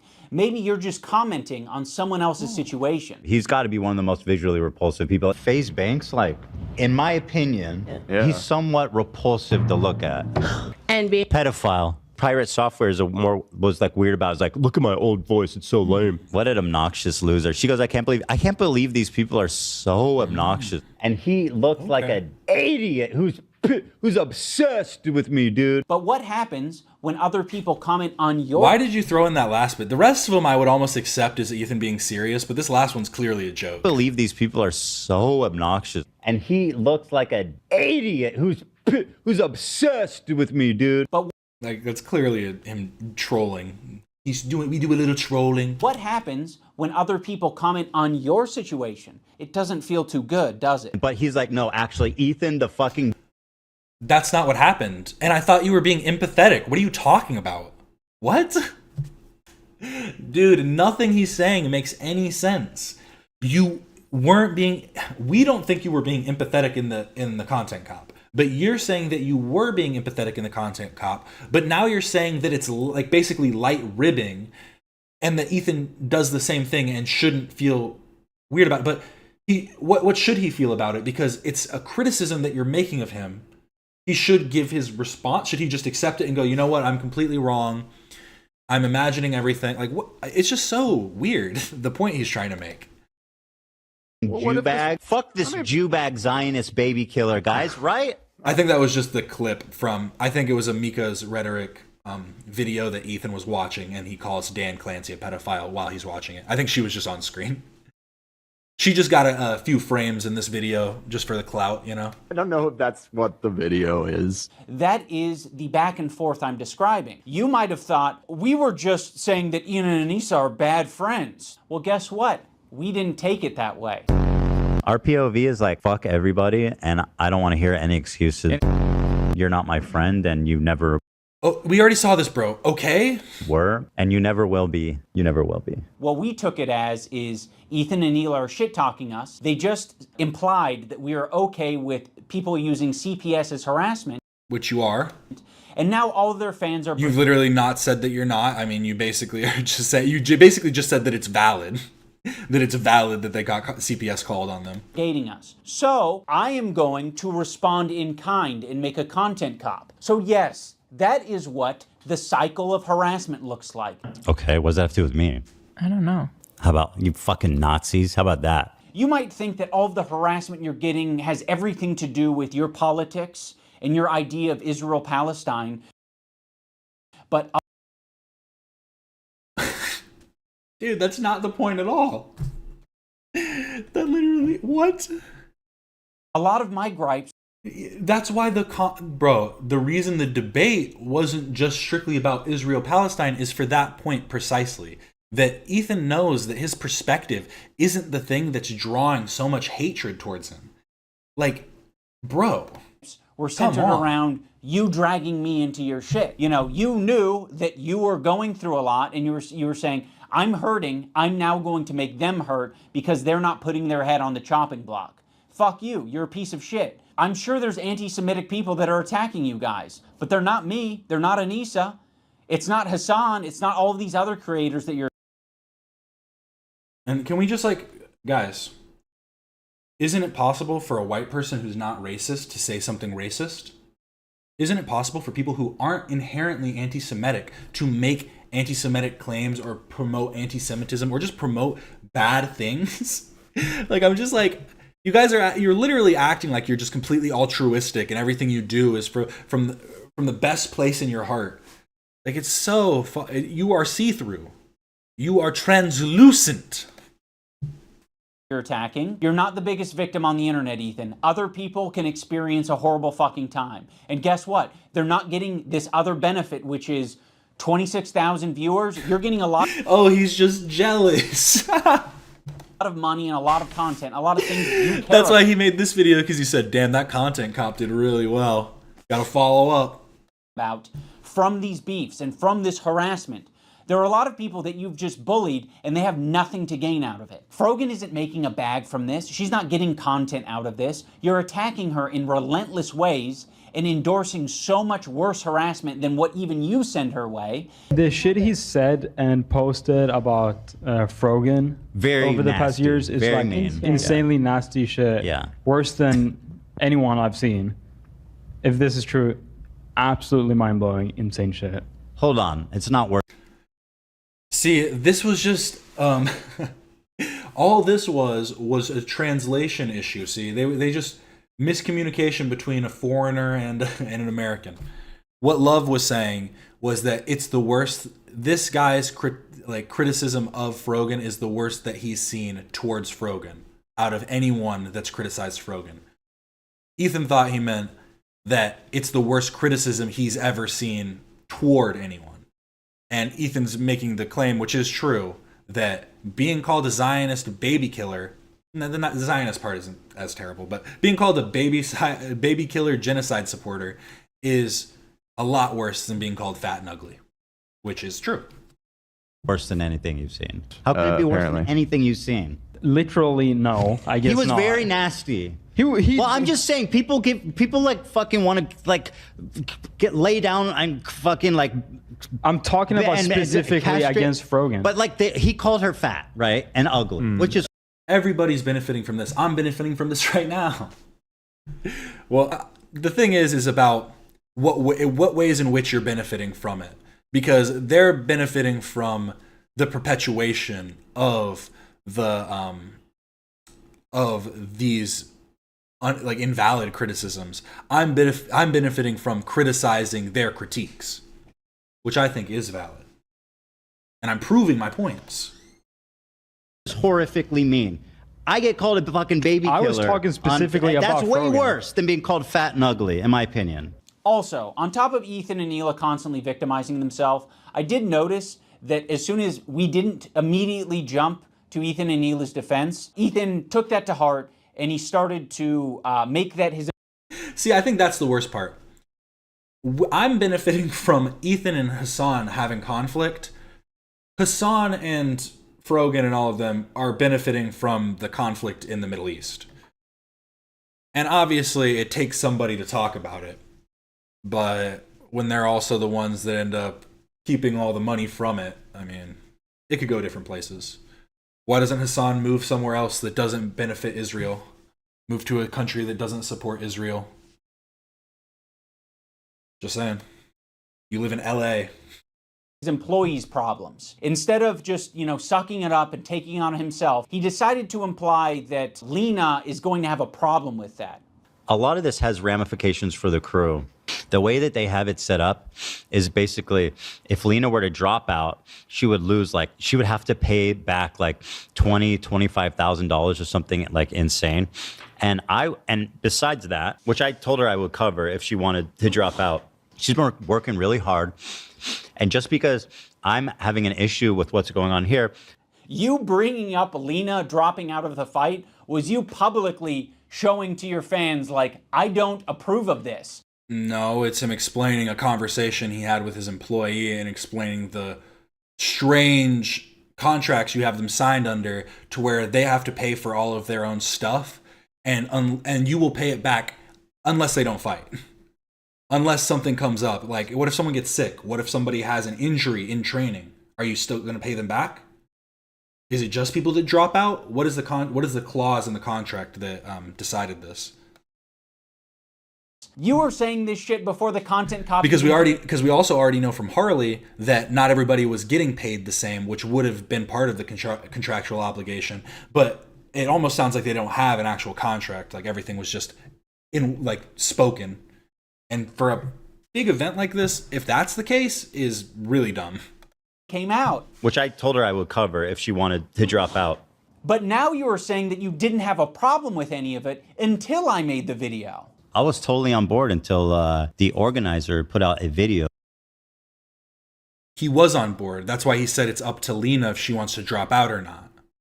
But she's feeling some type of way because her boss is having a conflict with someone else. Her boss and someone that she probably considers somewhat of a friend. The fact that she's his personal assistant too. She isn't just his employee. She is one of his closest employees that knows about the intricacies of his life and the things that go on in there.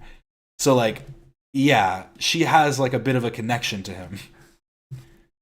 Regardless of if it is even emotional connection. She just is around him enough for that to make a difference. Calling me a psychopath for harassing his friend. Obviously, Ethan and Hila will victimize themselves every chance they get. But when they have the chance to victimize someone else who's on their crew, they'll also do that. You already forced Lena into this horrible... The thing is, it's clear that Lena doesn't want to talk about it on her own. AB probably doesn't want to talk about it either because they understand the backlash they can get from it. But I also feel like they're adults that will, tell Ethan, hey, I don't want to be talked about like this. I don't want this brought up. If they felt that way, they would do it. But Lena literally went and had a panic attack because of the content cop that you dropped. That isn't Ethan deciding that. That was something that just happened. Come on. Situation. And again, you forced this situation on her. Why would I do such a thing to Lena? Dude, you have as much agency as I do. You didn't have to... What are you talking about? Badmouth me on your podcast. That... Dude, come on. You know the difference here in the fact that it didn't just screw over Lena. It screwed over your whole event. Harley dropped out too. Harley has no relation to the podcast other than the fact that him and Ethan are both Jewish. So make the connections if you want. But I'm just saying, this isn't just about, oh, Ethan's fucking plotting against you and Ethan's making all these people say, no, you did something that fucked yourself over. Own up to that. Come on. That was a choice that you made. So go fuck yourself. I agree. Why do you keep showing these clips? This is the third time you've shown these clips. My good fucking friends who I stood by after all these fucking years can't find a spine to speak up. Oh, the organizers of this event are not jumping to my defense? All right, well, maybe instead of shit-talking them, maybe I should zip it. So go fuck yourself. I agree. You already forced Lena into this horrible situation. And again, you forced this situation on her. What is up with these fucking, bro, he's pulling these from clip channels. He's pulling these off Reddit or something. Why is there such a drastic quality shift? in these Lena clips. into this horrible situation. And again, this is from the same podcast. You forced this situation on her. By the way, Idubbbz, Lena's fucking having a panic attack. So go fuck yourself. I agree. But you're just lobbing it to me and Anissa. I'm lobbing it back to you. You're the one who brought it up. If you lob it back to me and you say, we're about to watch the AB updates next. I haven't seen them yet. So I literally saw the part about the puppy. And then I was like, oh, is that what it's about? I don't need to watch the full video because I saw the clips on Reddit and stuff. But now that I know actually what it's all about, I'm like, okay, I need to watch this. So we're going to watch that next.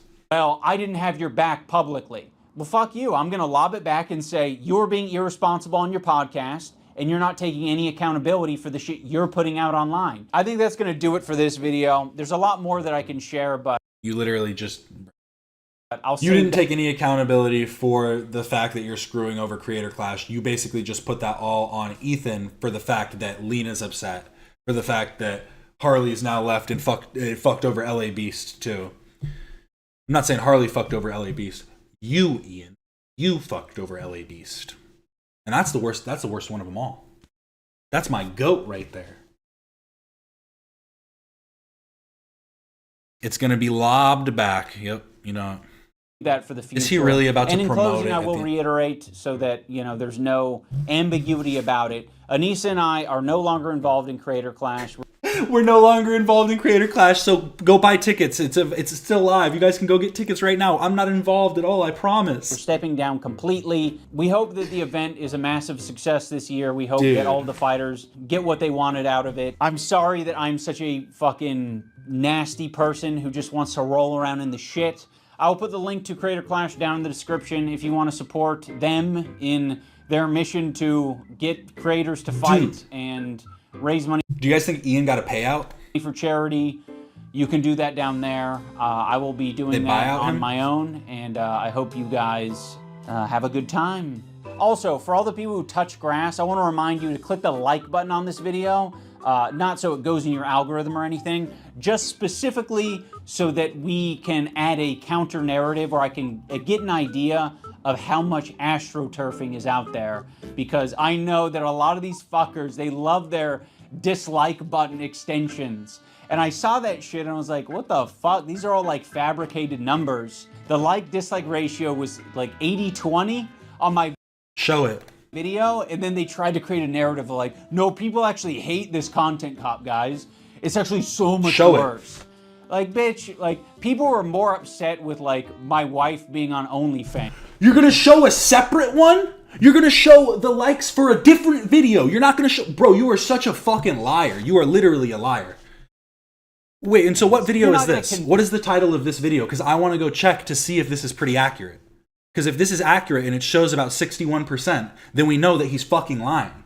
Convince the internet that fucking Ethan Klein isn't being a piece. Yeah, and it's just these videos. It's just these videos about Ethan Klein that are getting the hate. Like, what the fuck are you talking about? Like, what are you talking about? Like, sorry guys, it doesn't matter how many dislike extensions you have. We can free Palestine without being a Nazi, okay? Yeah, fuck you guys too, okay? How about you fucking Nazis? How about that? It's blatantly and obviously fucking disingenuous. This shit blew my fucking mind. Like, this is fucking insane. And like, dangerous. He is going out of his way to slander you as a neo-Nazi. Like, that can get you hurt.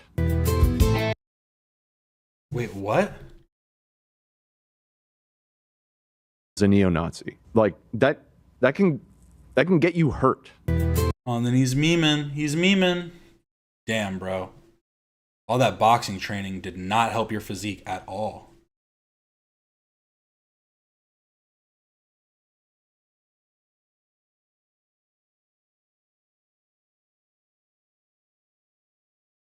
It's the OF video he made. Regardless, the fact that he wouldn't just show the likes from the video, I'm making the assumption that he's lying then. I don't care. I'll make that leap in logic. Because genuinely, if he's not going to show the likes, he said it's 80-20, and then showed a video with 60-40, which is definitely means that it's not the same video, and he's saying it's not the same video, and that this one was somehow worse. Just show the likes then. Show the likes. Yeah, I'm gonna just leave this up as long as possible. So this clip of Dan is because people were calling Ethan like an a neo-Nazi. As a neo-Nazi. When they were calling it might have been because of the stuff that Hassan was saying. I don't actually know for certain.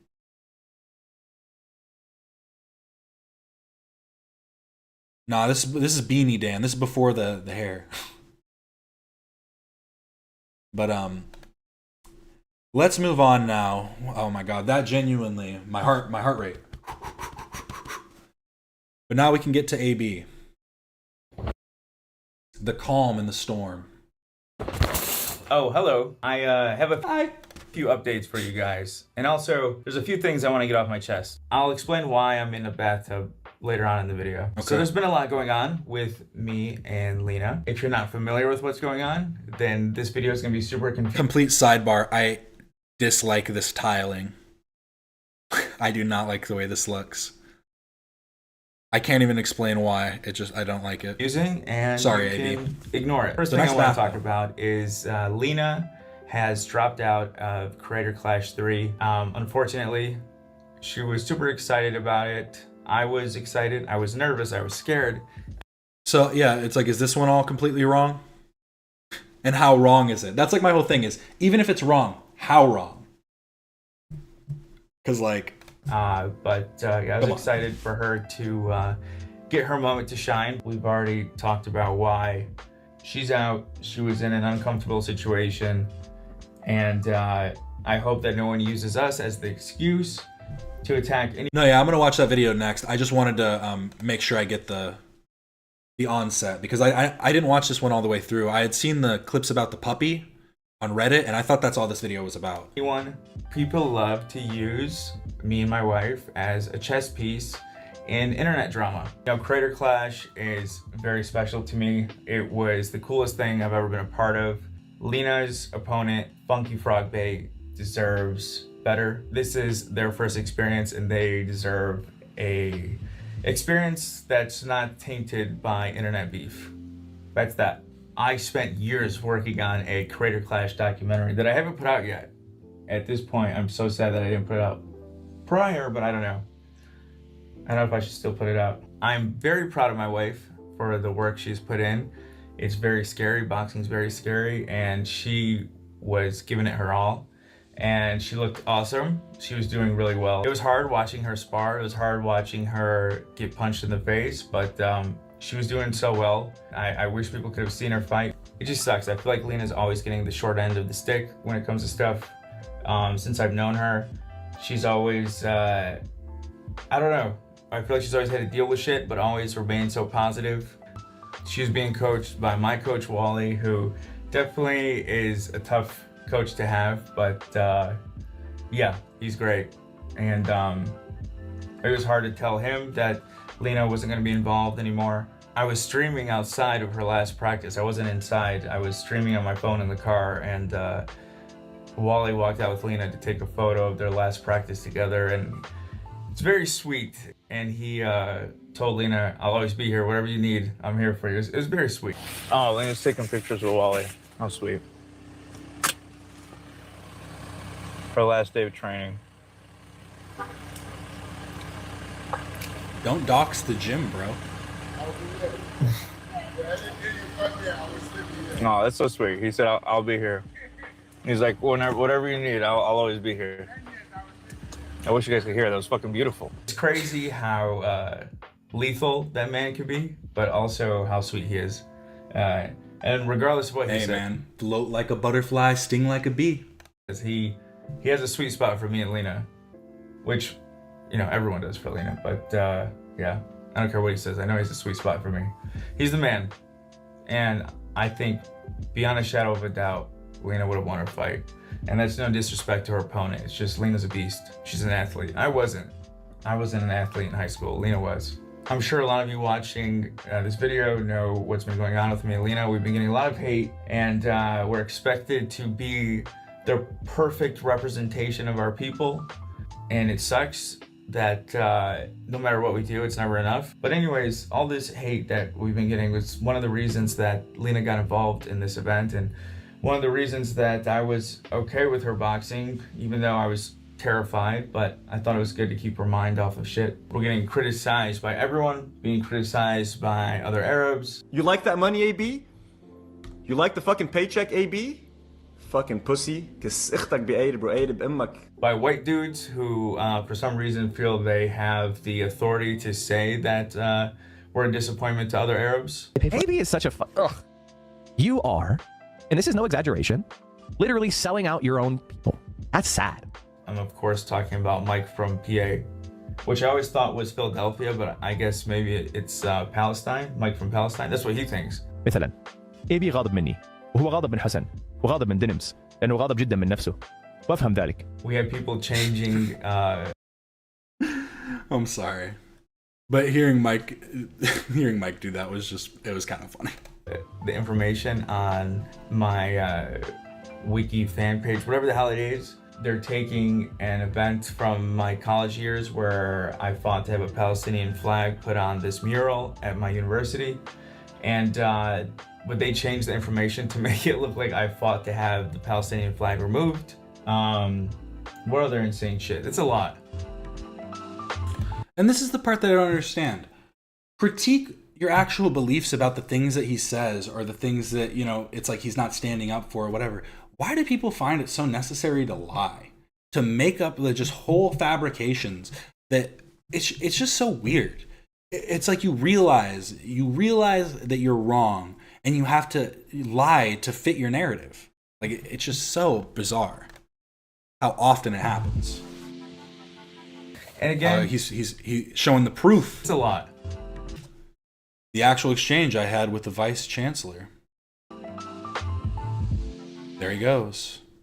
Hello, Abdullah. In line with your comments about how important Arab American students are to the University of Michigan Dearborn, it is very fitting that the creator of this extraordinary art piece is owned by an Arab American, Nawal Matawi. Abdullah, thank you again for your advocacy and leadership. I look forward to seeing you in the new year. Have a great day. What he actually said was, we took it down for you.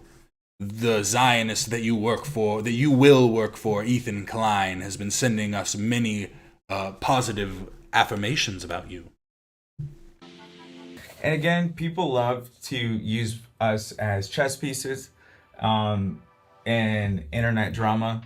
You know, that's the worst part. Is you're not even the pawns though. They're trying to use you as like a bishop. They use like. It's like they really got you up high, AB. They really think of you highly and want to use you as the perfect example of why Ethan is so evil, because even the people around him won't stand up against him, and it's leading him down even farther of this rhetoric. It's not your job, AB. I stand with AB. You know, even on posts defending me, we're like, this dude was saying, you know, really nasty shit. The fucking paycheck, AB? Fucking pussy. Milhouse goes after AB and his family. Translation in description. Milhouse targets AB's family in this irrational rant stream. He disgustingly says, "Fuck your sister with my dick and your mother too." Reminder that some of AB's family lives in the very same country as Milhouse, the same one where citizens are afraid every day to see if Hezbollah decides to randomly kill them or use them as a human shield to external missile strikes. There's a mix of things going on here. People are trying to frame it like he's saying he's going to R-word my mom and sister. That's not what he's saying. I mean, he's just being like, it's just like a straight fuck you, trying to be as disrespectful as possible. That's not what he's saying. He's being an asshole, but I don't need that extreme. I don't need that. Dude, I'm telling you, to figure out his name this morning, it took me so long. His name's... Fuck, I already forgot it. Fuck.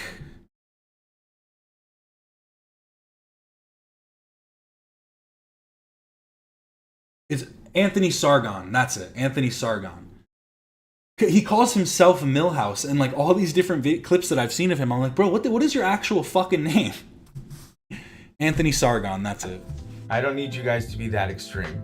Yes, he said something like, the translation is something like, fuck your sister, fuck your mom, whatever. By the way, Milhouse, if you're watching, someone was in my chat and wanted us to talk and said, give him some grace. He's going through something with his mom. I said, I don't know what's going on with his mom.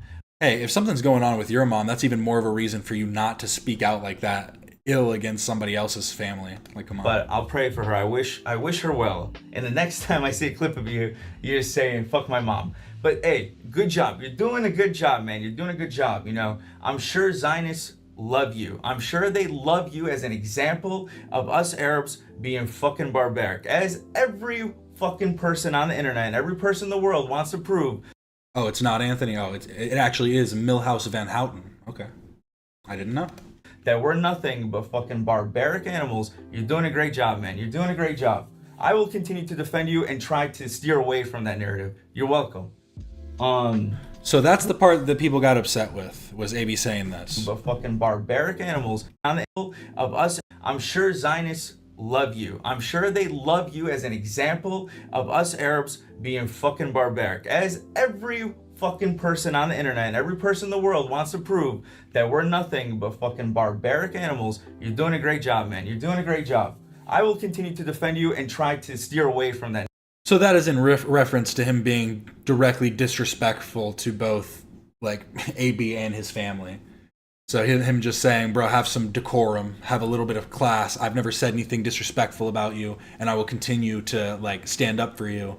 Why can't you have, like, the same level of grace? That narrative. You're welcome. What else? Oh, what was I saying? Yeah, anyways. Hey. I don't need you to frame it that way.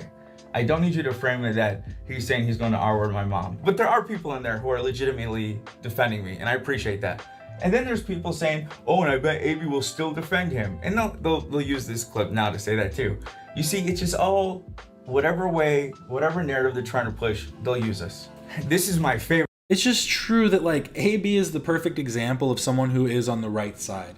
He is an arbiter of peace. He is literally calling for peace, not just in the Middle East, but peace against, like, individuals. The fact that two people can't get along because of just something so, like, because a lot of the, like, claims that are made, it's just, like, almost nothing. They're all nothing burgers. Come on, man. We can do so much more together. Everything, okay? The internet, you know, both people on Reddit, on Twitter, and, you know, Mike from PA, my fave, Habib and Mike from PA, they've come up with this narrative that my father is disappointed in me, my friends and family are disappointed in me, and I'm not allowed to go back to Dearborn because I'm shunned. Few things. My father has been disappointed in me my whole life. It wasn't until I got this job that he was proud of me. One, okay? I find it hilarious, the whole thing about me losing friends and family. I wish, honestly, if there's any good that could come out of these people trying to harass me and just take shit out of context and posting all these clips about me, God, please let me lose some friends. Let me lose some, even some family members. Please have them cut me off. Allah Khalik. I cannot tell you how big both of our families are. I cannot tell you how many friends we have and how many friends get mad at us every time we go home because they're having kids, they're getting married. We didn't have a chance to go to their wedding. We didn't have a chance to meet their kids yet. Their kids, whatever, birthday party, their birthday party. Please, please help me with that. Help me lose friends, help me lose family. It's too much, I don't have time. Every time we go home, I just want to see the kids. So if y'all can help with that, please. God bless. We're so blessed. We're too blessed. Take them all. So yeah, these people who are trying to ruin my life, they are spreading a clip where they are trying to frame it as if I'm saying that I'm going to tweet Free Palestine to block advocates for Palestine. I find that hilarious. My point, what I was actually saying, if you only watched a little bit longer or a little bit prior, was that these people claim to be pro-Palestine but only care about internet drama. I made it very clear. And if that wasn't clear enough, that whole weekend, every stream was about Palestine. It wasn't a nuanced take about, well, hear this out here. No. it was pro-Palestine. I was watching Al Jazeera documentaries. I was talking about Mahmoud Khalil and how he was unjustly arrested for advocating for Palestine. But these people don't care. They don't, even if you hate me, if I am helping people who, are on the fence about the topic, if I'm helping them understand or push them to learn more about it, but you're trying to hinder that and trying to silence me by cutting me out of context, you know what that tells me? That you do not give a shit about Palestine. And you are proving the exact point I was... Well, yeah, they don't. They care about spreading propaganda. That's like the whole thing. Trying to make. I could sit here and explain to you my advocacy over the years and this and that, organizations I've been involved in, am involved in, times I've donated, but I don't have to do that. If you don't believe me, don't believe me. If you want to say I'm not based on where I work, that's fine. That's fine. That is completely fine. But do not try to make up fucking shit. You can, but please, do not use the suffering in Gaza as your excuse to do that. Thank you. I'd like to say that I have a pretty tough mindset. Not the strongest dude, but mentally I feel like I can deal with a lot because of my background. And because, who am I to complain about shit when people are literally being slaughtered overseas? Who am I to complain? But, it's hit me recently that even though I think that I'm doing okay with it and it's not bothering me, I think the stress of it, I usually thrive off of stress, but at some point I think that it has gotten to me, especially because I have been sick so often in these past few months, more than I've ever been in my life. And no doctor can figure out why I continue to get sick. I feel like Padme, what that robot doctor said about Padme. I'm dying and they don't know why. I've lost the will. Maybe I just have bad luck. I don't know, man. Maybe it's bad luck. I was puking my brains out the other week and then a fire alarm went off in the middle of it. It was a nightmare. The fire alarm is going off in the building and Avery is sick. Avery, we gotta go. Just let me fucking die. Seriously, you gotta get out. I know this video has been a little bit of a roller coaster, but I do want to end with something positive. Again, I'm so proud of Lena. I'm so proud of my wife. I'm so proud of her dealing with everything she was dealing with, both. I wouldn't be surprised if he's getting sick from all the stress. I really wouldn't, because he seems a bit neurotic in his own right, and so I feel like it just probably is compounding altogether. There's a lot going on with training and with the internet. Yeah. So I wanted to do something nice for her. She has been wanting a puppy for a long time, even though I know it's a lot of work because I've had dogs in the past. She hasn't. I felt like it was finally time to cave. So I surprised her with a puppy. Anytime I would ask her, especially this past week after her announcing that she's not going to be in the Creator Clash, I keep checking on her to see that she's okay, and I've asked her many times, is there anything I could do? How could I cheer you up? Do you want to go somewhere? And she would jokingly say that she wants a puppy, but of course not thinking that it actually happened. But I figured screw it, and I surprised her after work. We named him Rocky. We thought it was a good name since his origin story was in boxing in some way. It makes it feel like it's all closure. Her training and everything wasn't for nothing. Yeah. Because it led to a dog in some weird way. He's super cute. And he's the reason I'm recording this in a bathtub right now, because he is attached to me and it's super cute. But I bet you he's outside the door right now, actually. Let's check.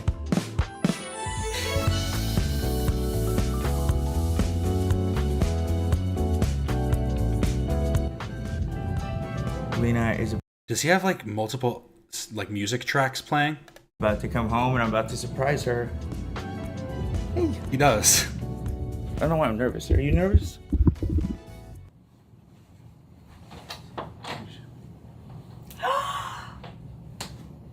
No way. That's your puppy. This isn't Yeah? Is there? That's yours? Amy, are you kidding me? Oh my god, this doesn't feel real. You may be a little wet, just give him a little pat. Oh my god, that's okay. Is this really mine? It's yours. How did you even do this? Oh my god. I hope you're ready for it. Hope you're ready for the responsibility. Amy, thank you so much. I don't even know what to say. Oh my god, this is literally the best gift ever. Proud Oh of my you. god. For all the hard work you put in with boxing. Oh my goodness, Amy, I can't. This doesn't feel real still. It really doesn't. This is so crazy. Oh my. My god, this is such a sweet ending to this video, and the fact that Avi had to follow it up. Oh my god. Like, bro, this is such a sweet ending.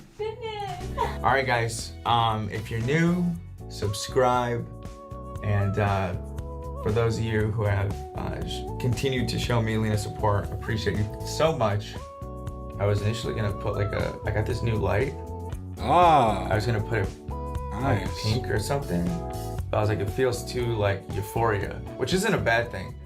Alright guys, peace. So that was that. Let's move on to this next one. And oh, nice. There's Rocky. I'm gonna put up this poll now. How late do you think? How late will the H3 show start today? Feel free to vote now. But okay, AB is done. I'm gonna put this a little bit fast and put it at 1.25 just in case they start a little early, just to make sure we can get through it. I was initially not going to respond to any of this, but now that I got backup, I got Rocky with me. Say hi, Rocky. Wait, does it already say 12:30? You're joking. Oh, it does. Why do they do this? Okay, well, I guess it's starting from this time. 10, 15, 20, or 30 minutes. And I guess I can slow this back down then.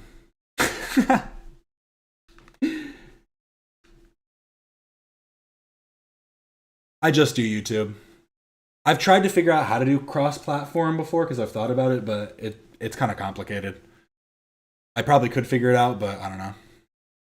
Maybe someday. Thank you guys for all the love on the last video. It means so much. I wanted to make a little follow-up because I woke up this morning. I was sleeping next to this beautiful pup right here, and everything was perfect. And then I realized that all my socials had a bunch of comments from people saying that I call anti-genocidal Arabs barbaric.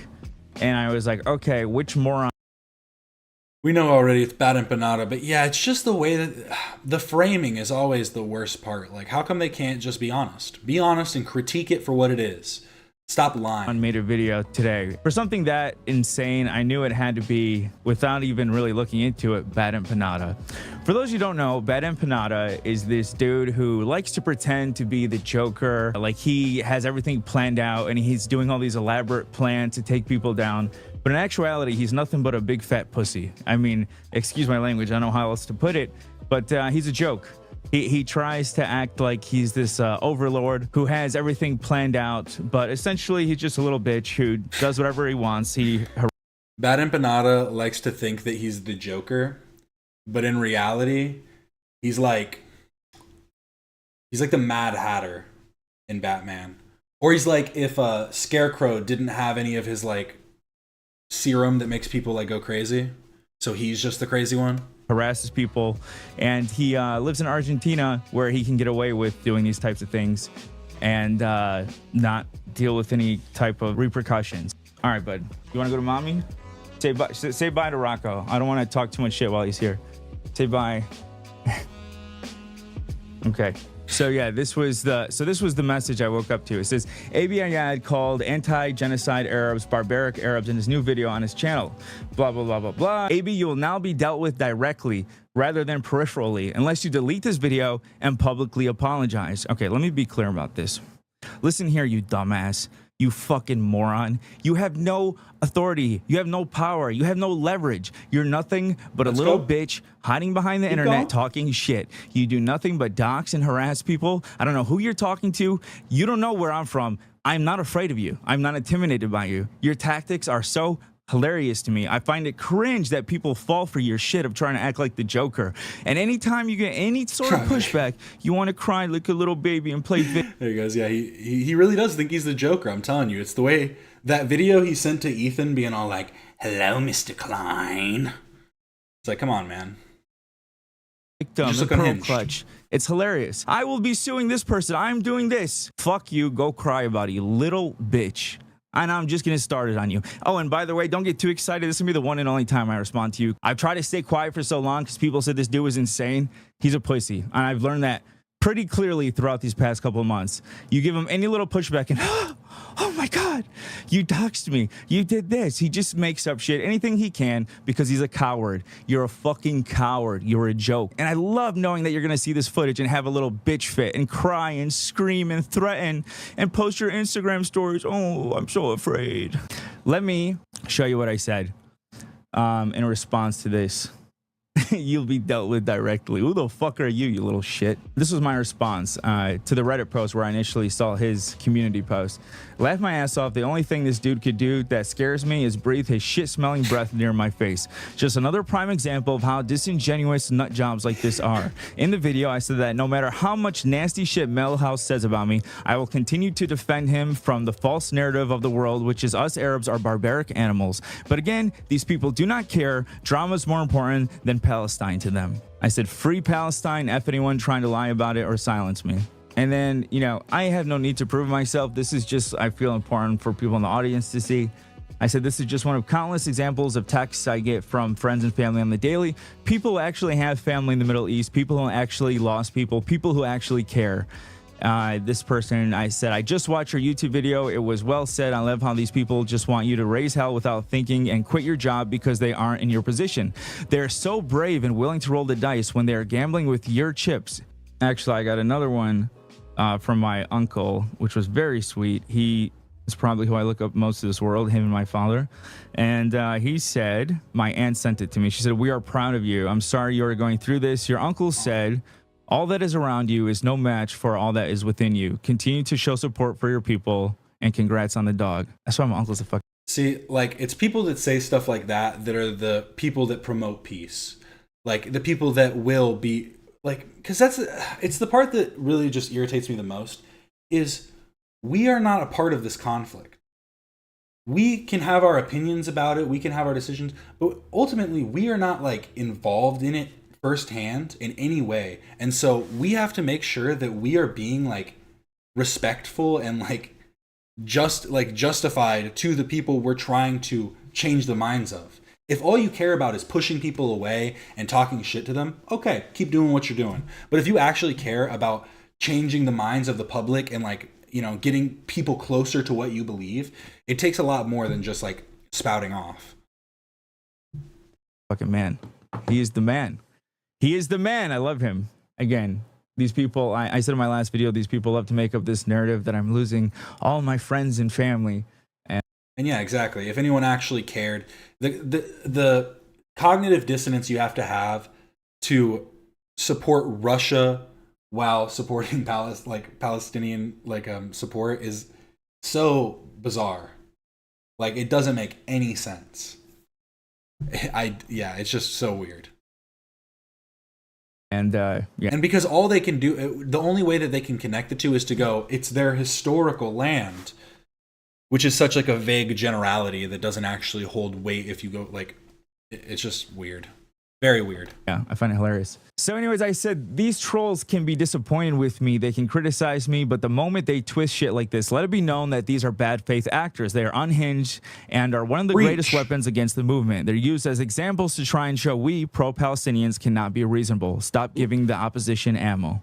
And then, oh, here, since we are getting close, we'll do this one again. We'll do the pop out. We're gonna sit right here while we watch it. Wait for it to go live. Just have it like this so I can see when it changes, and then I'll close it. Perfect. I'm such a genius. We are actually watching, responding to Idubbbz content deputy. Then I linked my actual video to show what I actually said. This dude was saying, just gonna, you know, really nasty shit. The fucking paycheck, AB? Fucking pussy. People are trying to frame it like he's saying he's going to R-word my mom and sister. That's not what he's saying. That's not what he's saying. He's being an asshole, but I don't need that extreme. I don't need that. I don't need you guys to be that extreme. Yes, he said something like, the translation is something like, fuck your sister, fuck your mom, whatever. By the way, Milhouse. No, yeah, this thumbnail is going hard. Is it supposed to be broken glass though? What is that? I can't tell if it's supposed to be like broken glass or what. What'd you guys think of my thumbnail? I mean, you clicked it, so couldn't have been too bad. Milhouse, if you're watching, someone was in my chat and wanted us to talk and said, give him some grace. He's going through something with his mom. I said, I don't know what's going on with his mom, but I'll pray for her. I wish her well. And the next time I see a clip of you, you're just saying, fuck my mom. But hey, good job. You're doing a good job, man. You're doing a good job. You know, I'm sure Zionists love you. I'm sure they love you as an example of us Arabs being fucking barbaric. As every fucking person on the internet and every person in the world wants to prove that we're nothing but fucking barbaric animals. You're doing a great job, man. You're doing a great job. I will continue to defend you and try to steer away from that narrative. You're welcome. Do I need to break that down for you, you fucking moron? Do I need to break it down for the idiots in your audience? I'm giving you guys the benefit of the doubt by thinking that there's no way possible y'all are that stupid. There is no way possible that you could have seen that and thought that I was saying that any Arab who is anti-genocidal is barbaric, because it is so clear what I am saying. I am saying I'm defending him. I'm defending him because I don't need people. Well, to be completely fair, AB, you're defending him through saying that if he continues with his rhetoric, it will only like embolden the thoughts of the other side. So it's again, you could argue that it's not misplaced, but it's definitely overstated and exaggerated. To weaponize other Arabs against me. Yes, he said nasty shit. He said, fuck you. I don't need people to say that he was implying that he wanted to R-word my mom and sister. I don't need that. But you took that and you want to spin this narrative that I was saying that all Arabs who are anti-genocidal are barbaric. What a piece of shit you are. What a fucking moron. Actually, I don't know. Choose one. Are you a piece of shit or are you a dumbass? Because those are the only two options possible. You want to attack me.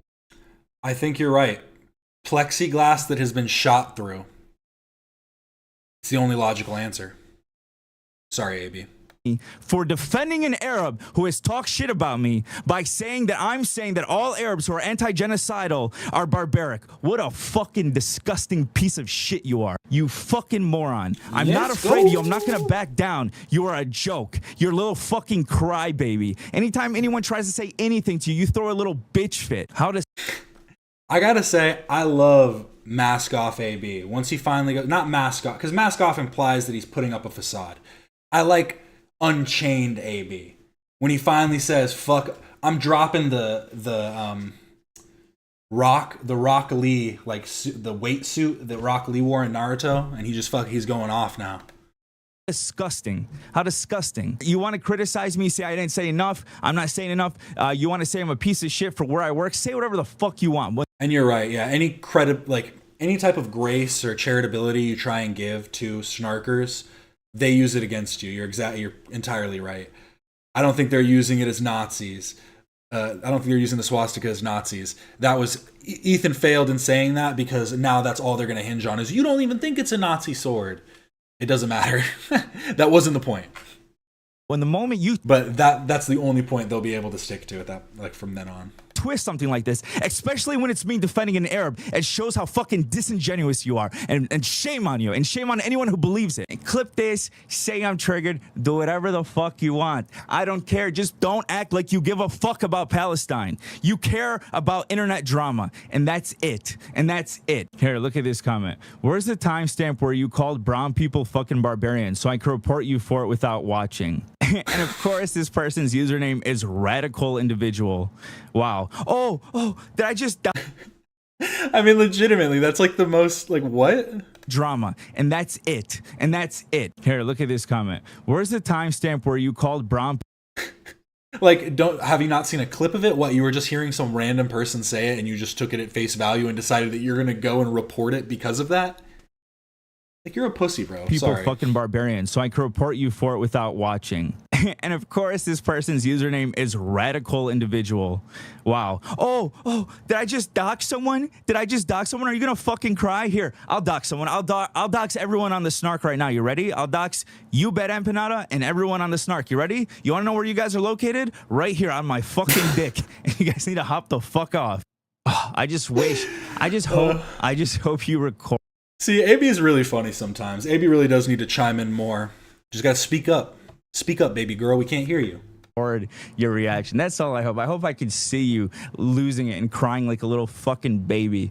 God, I know you will with community posts and whatnot, but it won't be as beautiful as just seeing you cry live. And this isn't the first time. Just to give, I'm not trying to go in on Milhouse. I'm over Milhouse, but let me just give you even more context to this specific situation. This is not the first time I've defended him after he said horrible shit, either about me or about other people. For those of you who don't know, Mike from PA, this white dude from PA, was talking shit and saying that I am a disgrace to my people. I'm ashamed. They're ashamed of me.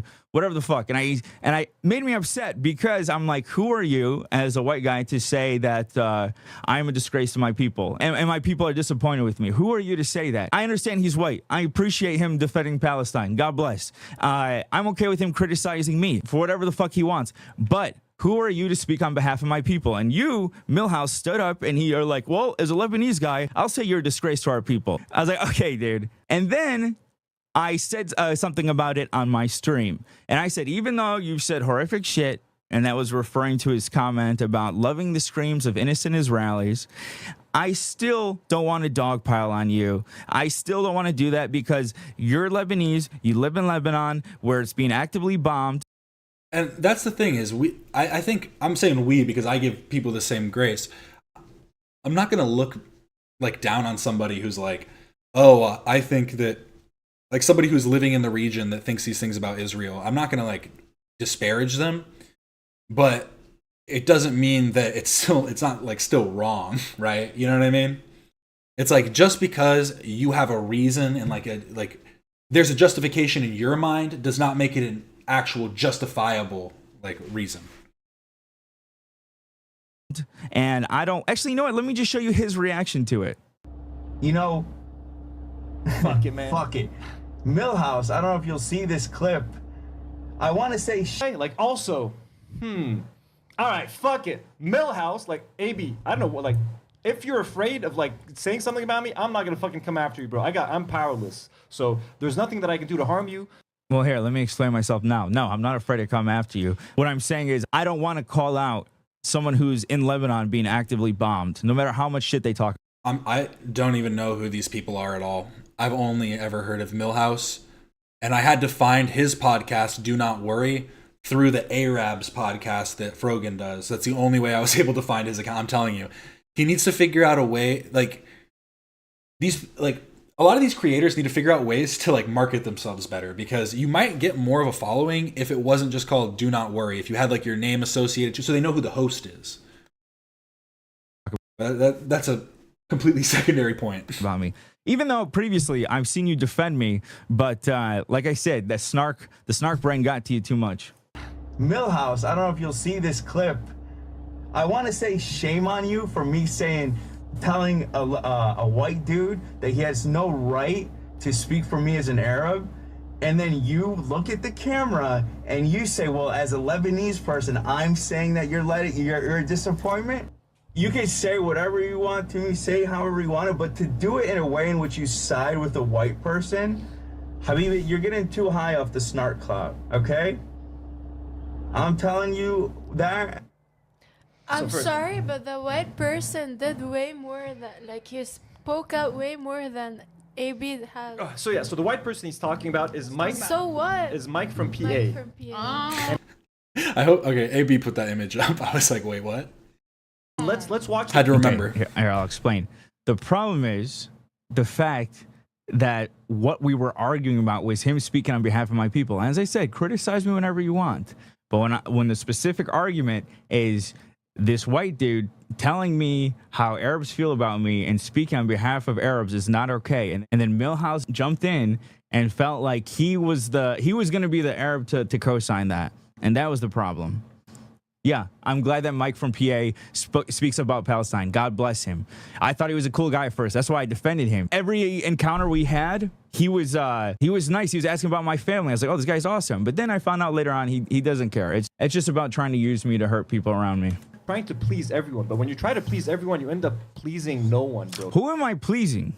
Habibi, who am I pleasing? I'm pissing off everyone. You go through my comments, you'll see terrorist sympathizer. You'll see you work for... I know we don't like to make fun of people's appearances, but Mike from PA really is built like a melting snowman. Zionist. You'll see Zionist. You'll see traitor. You'll see why do you still defend Frogan? I am pissing off everyone because I'm staying true to myself and what I believe. Like, I'm trying to keep everyone happy. You know what I mean? Don't you think it'd be a lot easier just to pick an audience and just stick with it? Don't you think it would just be easier to just sit there and let people talk shit about Frogan and not try to defend her? While keeping the pro-Palestinian audience happy, you're not going to be able to do that. You Something's got to give. At some point, when it's... And again, if this is not directed just towards me. And I'm sorry, it's not the pro-Palestinian side or whatever. It's the pro-Hamas side that really has an issue with this. Because I've seen so many, like, Palestinians and, like, other Arab, like, just commenters saying stuff like, oh, and maybe they're all fake. I mean, I'll just say it. Maybe every single one of them's a liar and they're all fake. But it's people really saying, I don't understand what the whole issue is. Ethan is like not making any weird claims. The things that he's saying are all justifiable and like not out of the ordinary. Why are they acting like he's a genocide supporter? I've literally seen comments like exactly like that multiple times. But these people like to frame it as all of like pro-Palestinian creators are pro-Hamas. And that when you talk down on Hamas, you're also talking down on Palestine. Milhouse, this is everyone. If you truly believe that my workplace is spreading harmful views, isn't it better for the cause if I'm there to push back at all?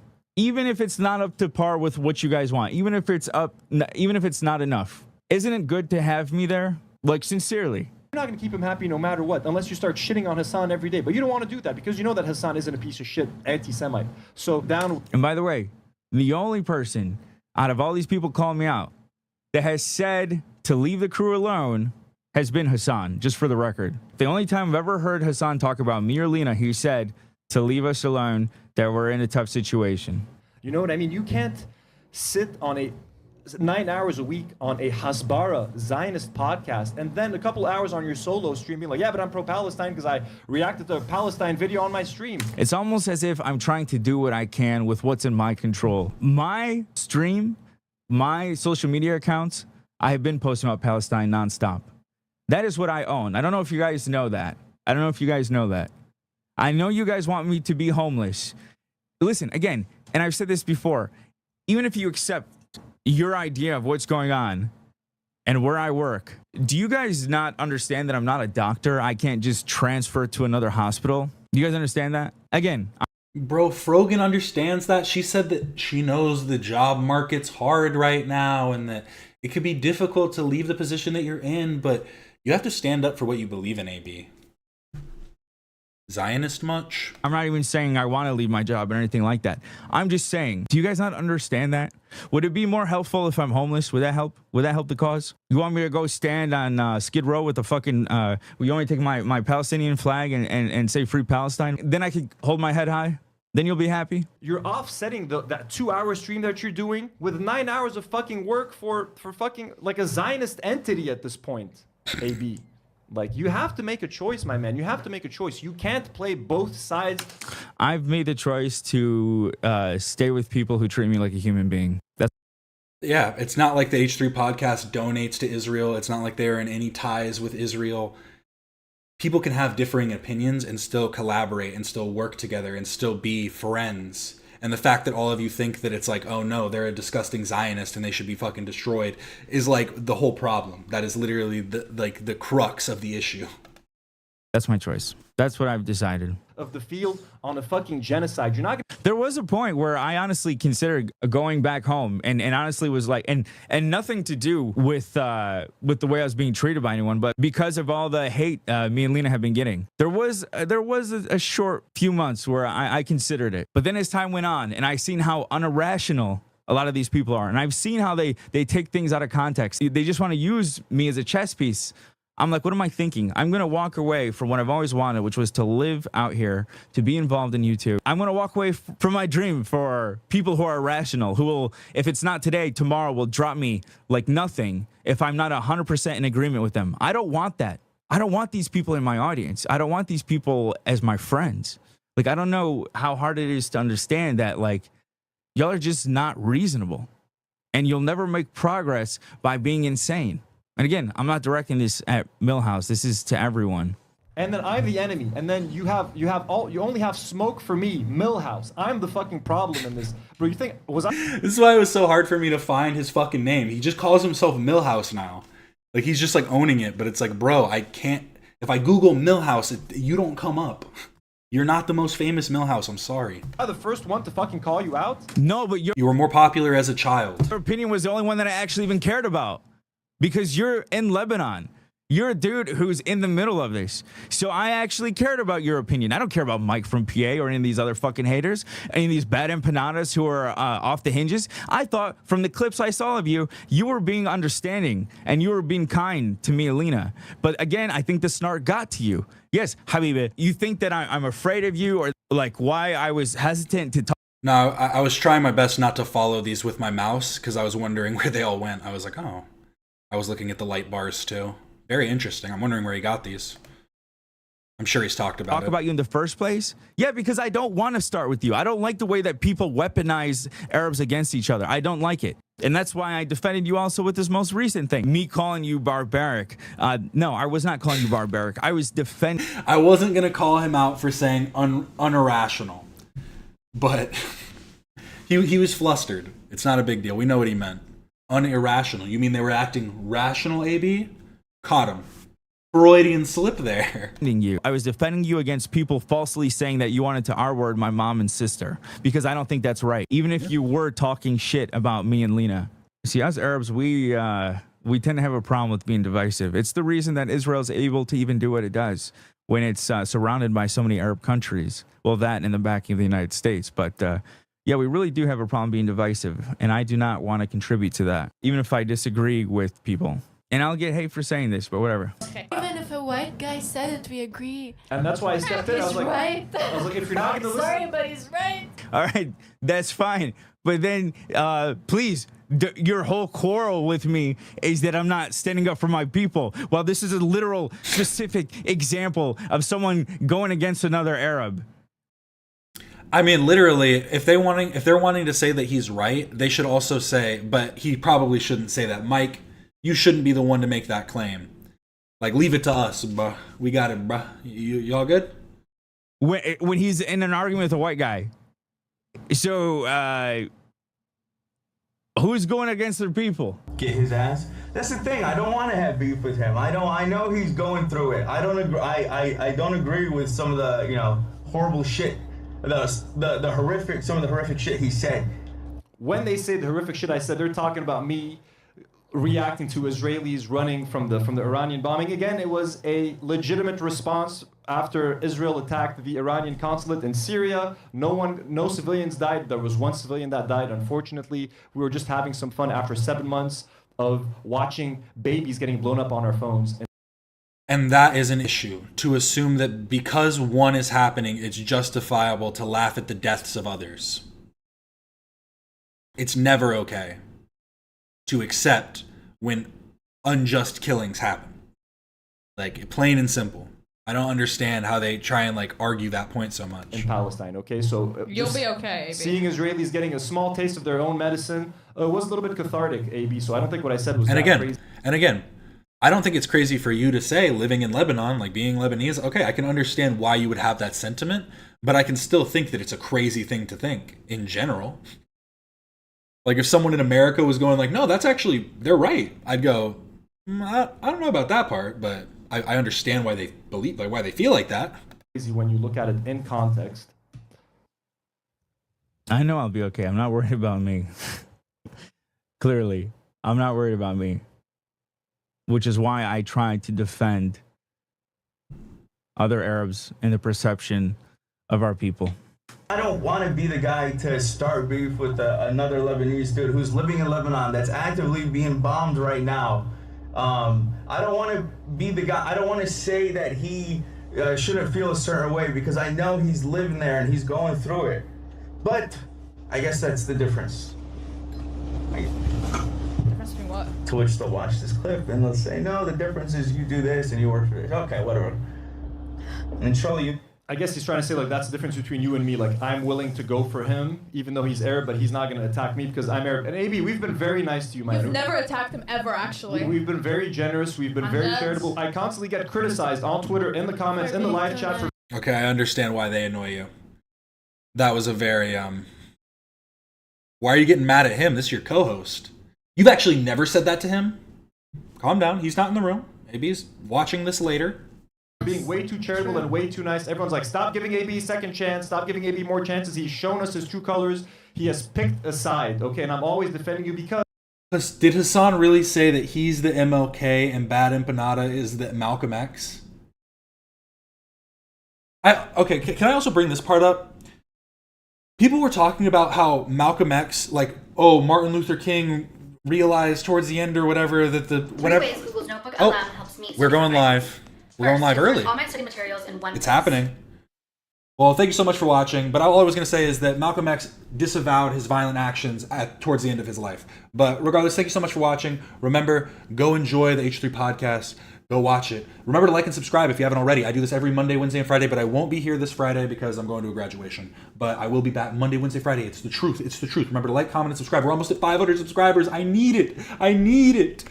I need it, please. But thank you so much. This is Captain Quasar signing off.